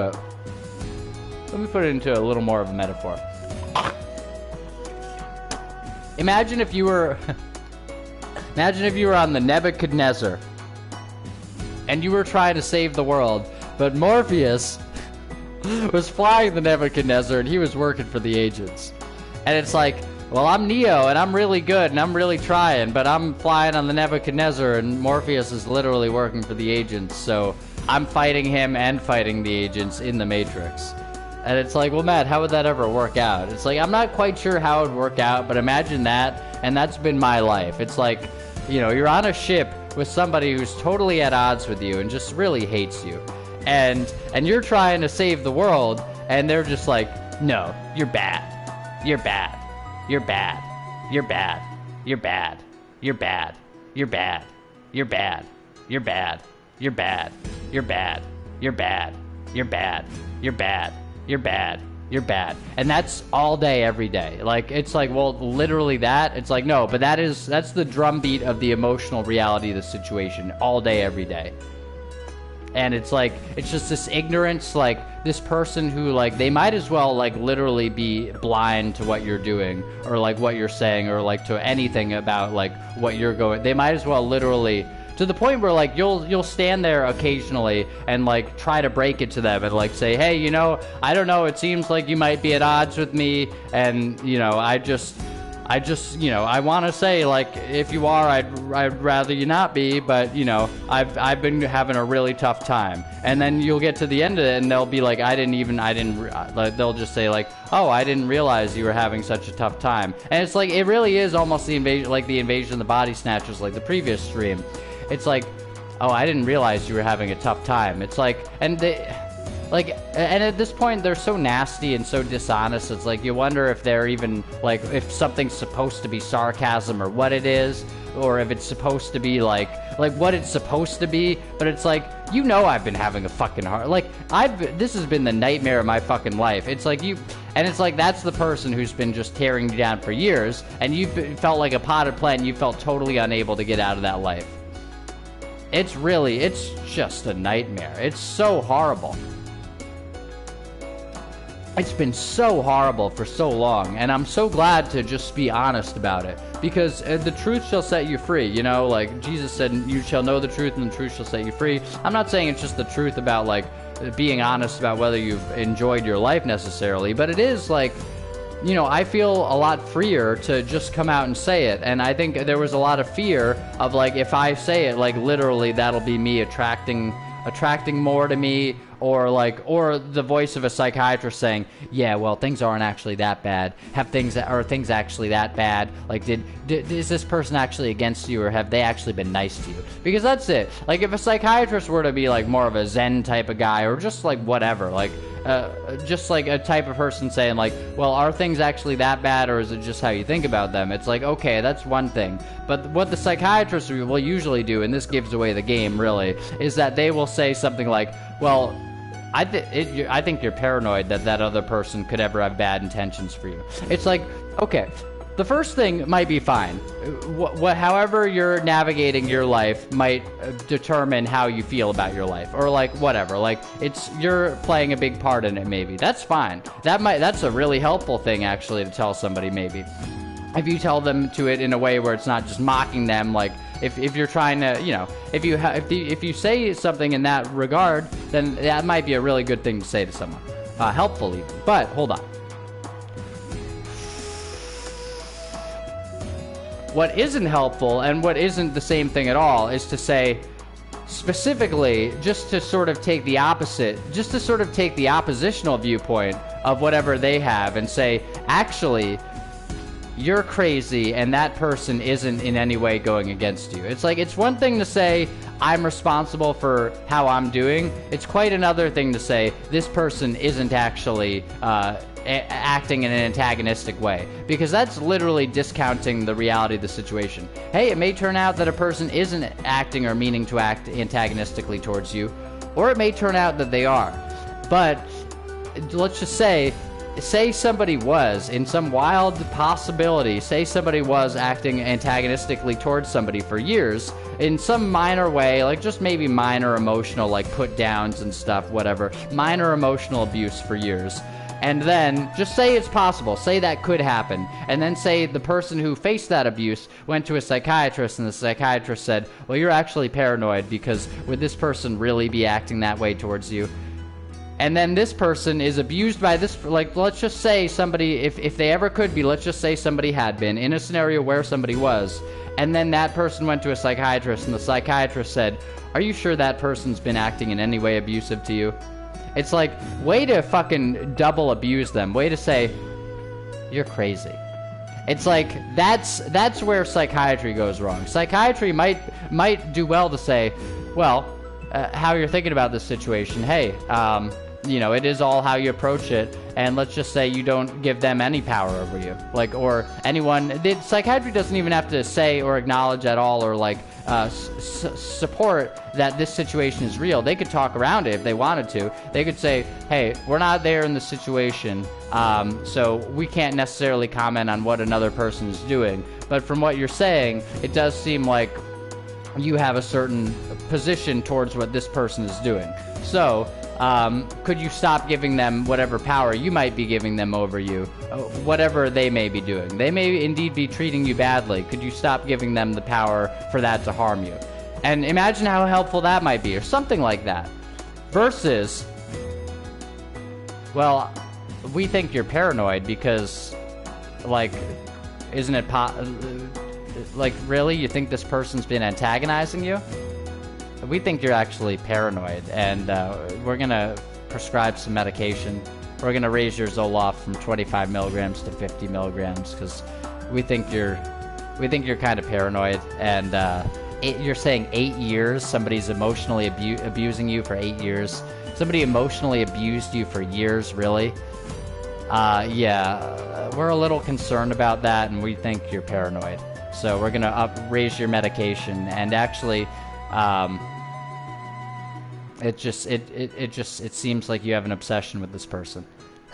It's like the first thing I said versus that. It's like that's the kind of help you get, and that's the kind of voice that you then have, and that's the kind of voice you then have going, or kind of influence maybe you have that with which you may assess a situation emotionally. And you're like, oh man, like on some level, even like it's like, oh Matt, like you complain all day, right? It's like, oh, do I complain all day? Think about it this way. On some level, am I not is it not possible that I've internalized some kind of sense of like, it's like, have you Matt or haven't you? Well, whatever. Is it not possible that I've internalized, because I think it is, I think that may be what's going on, that I've internalized some sense of like, anytime that I criticize anybody else, it's either me criticizing somebody for something I'm carrying around, like the whole spiritual idea of it's all you, it's all your own baggage. And to some extent, here's the thing, to some extent, like, a lot of it could be represented by your own baggage. But nevertheless, the idea that, like, anybody could have anything, any deleterious effect. Like, basically that there is any externality at all. It's like, you get spirituality, you start to get into an idea of, like, any externality at all is trivial, always, ever. And it's like, you know, then, it is like, hold on. Hold on. Okay.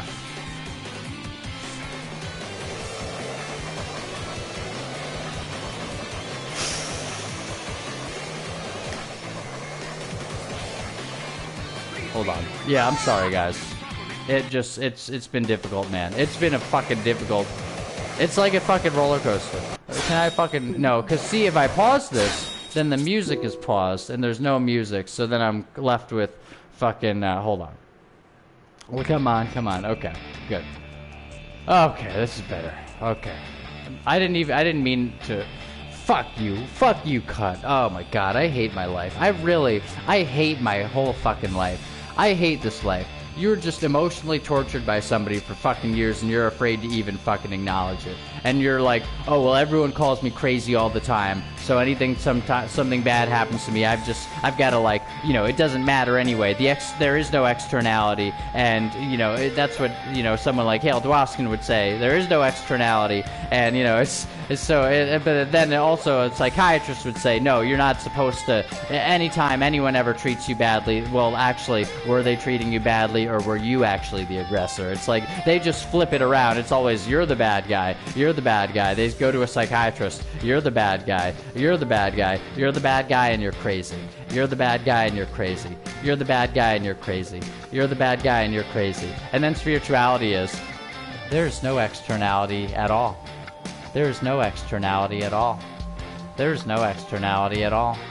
There's no externality at all. And then you go to fucking, you know, you go to, like, you know, positive thinking or something, and it's like, well, you know, you got to think of the positive, don't attract a negative atmosphere. Well, you know, you got to think of the positive, don't attract a negative atmosphere. Well, you know, you got to think of the positive, don't attract a negative atmosphere. Well, you know, you got to think of the positive, don't attract a negative atmosphere. And you have all this swirling around, and then you have other things saying, like, well, it's about emotional integration, and don't push against your emotions. Wherever you are, it doesn't matter. It's all about your emotions. It doesn't matter where you are. You know, don't push against your emotions. Don't push against your emotions. Don't push against your emotions. Don't push against your emotions. And then you have all this shit. It would just, hold on. Oh my god. Oh boy, hold on. Brutal. It's really fucking brutal. And I just, oh my god, it's just acid that they pour on your soul and, like, all over your groin. And, like, it's sad. It's like, wow, man, that's kind of uncomfortable. It's like, it is uncomfortable. It really fucking is. It's like people in society will talk about things in a certain way, and it basically gets you into a disempowered mode where you're like, well, I guess it doesn't matter what circumstances I'm in. There's no point in changing them. But then you get in such a disempowered mode, and it's like, and it's really all about me in terms of like, anything that bad happening. It's really just all about me, and it's nothing bad ever. Nobody else ever did anything bad. It's all about me. It's like you think of the idea of like original sin or something. Do you think Christianity sounds so like mean to people for like sinning or whatever? It's like, no, man. It's like spirituality will hit you twice as hard. It's like, well, it's all me, and so anything that bad that happens, it's actually my fault, and it was always my fault, and I attracted this, and it's all me, and it doesn't matter anyway. And so I'm like, it is a crazy thing. I'm not spiritual if I'm saying that my situation isn't good, and like it's like, oh my god, man. And so you stay in that situation for years with somebody who abuses you, or if they don't, then like you have some major fucking triggers, and like either way, whatever the case may be, I'll hit you with an either way on this one. Either way, you stay years in a situation where you are just in immense, intense, extreme emotional pain.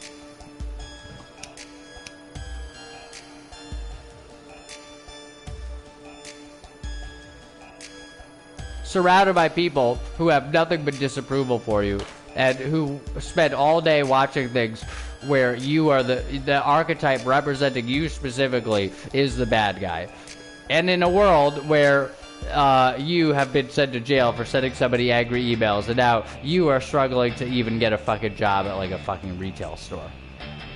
All that comes together, and it's like, yeah, but it's really not about the situation, man.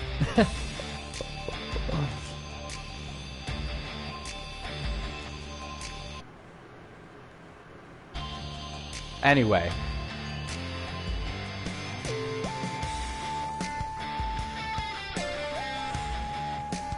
Hold on.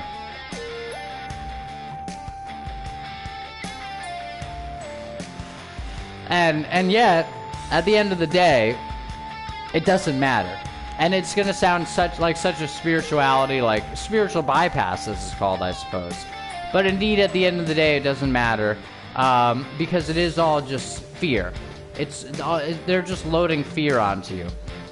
It's like, well, fear, Matt, no, you're in it. It's like, well, yes, I am in it, but that doesn't mean that it's not just a fear thing, because as long as if they truly don't have any emotional power over me, then they have no power over me. And if it's that easy, then then it could be very easy. And perhaps I've been even afraid to approach the situation in a way where it's like, hey man, like I'm just going to in some way strip you of all your emotional power over me. And that's not me, like that's me like just basically approaching the situation emotionally differently. And so it's really simple, and all you have to do is let go. And the thing is, there's no failure. That's a great thing, actually. That's actually a perfect thing to move to. There is no failure. There's no spiritual failure. There's no relative failure. There's no any failure. And it's like, well, Matt, what? There's no failure? What, you fail a fucking test? Yeah, you can fail a test. Like, conditional things can be met in a certain way where you might deem it failure. But what I'm talking about is ultimate failure. There is no ultimate failure. Or at least, because it's like, well, Matt, you're saying that there's no, like, going to hell. I'm not sure if there's no going to hell. It'd be nice, I guess, if there weren't. But at least it's like, and it's like, well, Matt, what about all the people who deserve to be punished? Believe me, I've been through it, man. I've been through it. If there's anyone, I'll say this, if there's anyone who deserves to be angry at more people than I do, then I don't know him. If there's anyone who deserves to, like, have more anger and resentment and, like, more thinking, like, wouldn't it be nice if, like, other people were actually ever fucking punished? When everyone around you is just basically, at the very least, like, maintaining, but seemingly, like, fucking flourishing I mean, you know, obviously not emotionally or in any real way, but in a relative way, they seem to be like flourishing or well-maintaining, and they are just the worst people with the worst attitudes, and they're so nasty, and they're so nasty to you, and they just, the world does not do doesn't lift a finger against them, and your life has just been destroyed again and again.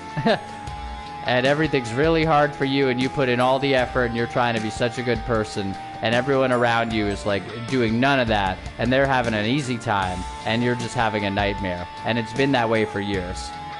But the thing is, it doesn't, like, so I you know, if you were to say, like, well, you know, Matt, but what if there's, like, people deserve to be punished? It's like, yeah, maybe, but wouldn't it be nice, just for your own purposes, wouldn't it be nice if there were no hell and you were just like, yeah, man, like, fuck, man. Whatever, like, whatever happens, happens, like, it's fine. Like, wouldn't it be nice that you weren't worried about it anyway? So, that's what I'm sort of saying. Like, if there is no failure in that regard, then suddenly everything is easy. It's like, yeah, I'm surrounded by horrible people. Or at the very least, people who have treated me in a horrible way. Whatever, you know, it's like, Matt, horrible, what does that even mean? It's like, whatever you fucking feel that would mean, I don't know. Or whatever I feel that would mean in this case, I suppose. I'm not speaking in specifics, but just, you know, might be deemed horrible. And it's been horrible. It's been horrifically suffering. It's been certainly suffering a high level of pain for a long time. And like, if there is some kind of financial support or some kind of like physical support in some way like that, maybe there's like zero emotional support. In fact, there's whatever the opposite of support is. There's emotional detraction.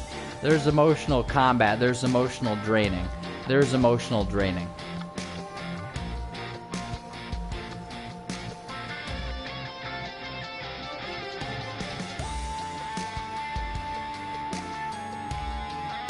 But yeah, that doesn't mean that that's where it has to be. Because the thing is, like if there is no failure, then fuck it. Like, who cares?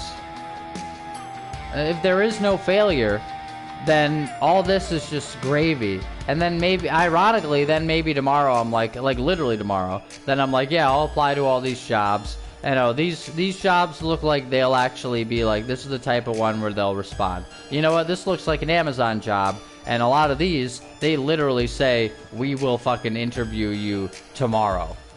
And you've already turned down like a couple of those interviews, waiting for something like this. Actually, you know what? I'm gonna be fucking cooked electromagnetically in the Amazon vehicle for like 8 hours a day. But I don't know if that's ultimately. I'm not sure if that's much worse or if it's any worse than being in an office setting or being in a store setting. Now that I think about it, because it's like, what, you got the GPS going. And you have your, like, cell phone on. That's it, right? I mean, that's not nothing. That's not nothing at all. Exposing yourself to that for 8 hours a day. It's like, well, Matt, what do you do? Well, wait, is my phone on? Okay, yeah, well, I should turn it off. But I do, I have been turning my phone off for, like, long periods of the day recently.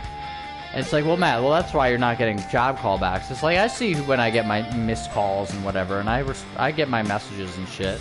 People don't expect you to pick up on the first ring anyway, you know. They'll leave a fucking message usually, and, you know, a lot of people just email you anyway, or you might say, like, I prefer to talk on email. Maybe someone will do that.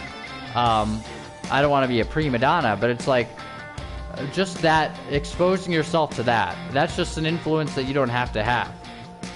And think about it this way, if there's no ultimate failure, or if there is no failure, there is no failure. Failure's fake. It's made up. It's literally it's a figment of your imagination. And that's funny. It may be funny to say, like, oh, Matt's saying that as a metaphor. I'm saying literally. I'm saying failure is just an idea. There is no failure. And if there's no hell, if it is all some kind of thing cooked up to maybe make us afraid or something, how much would that free you up, man? Like, how about live like that for a while? And I'm not saying you're gonna live badly either. Just like I was saying, I was starting to say, I might go and apply to this job, that job, and then, you know, I'll probably get one very quickly. You might live the best you ever have, too, morally, because you're like, hey, man, like, I'm not worried about it. So, I don't even feel like I'd want to ever morally compromise myself, because I'm going to be fine either way, so I'd rather not put myself through that just because it feels like I'm in a bad situation. I might want to make some money here, but it doesn't seem like the best job to do that with. And it's like, well, Matt, weren't you saying any acceptable job? Yeah, I mean any acceptable job, but if it's like sort of an unacceptable job, but it's like, well, yeah, but it's, you know, it's making weapon systems for fucking Raytheon or something, but, you know, it's a job that'll pay me. It's like, no, if you're feeling fine, then you're gonna be like, well, I'd rather not make weapon systems for Raytheon. I'm gonna be fine either way. You know, I'd rather not fucking do that. Like, there are literally jobs like that. And actually, in the areas I'm looking, like in Connecticut, it seems like there are a shitload of jobs like that. It's really fucking sad, actually. Because there are a lot of warehouse jobs. It's like, yeah, it's a warehouse job for, like, medical supplies, or it's a warehouse job for, like, defense systems. And it's like, oh my god, you know, like, wow, great. But there is no failure. And, like, failure is literally just an idea. It's made up. It's like, point to failure. Point to failure, motherfucker.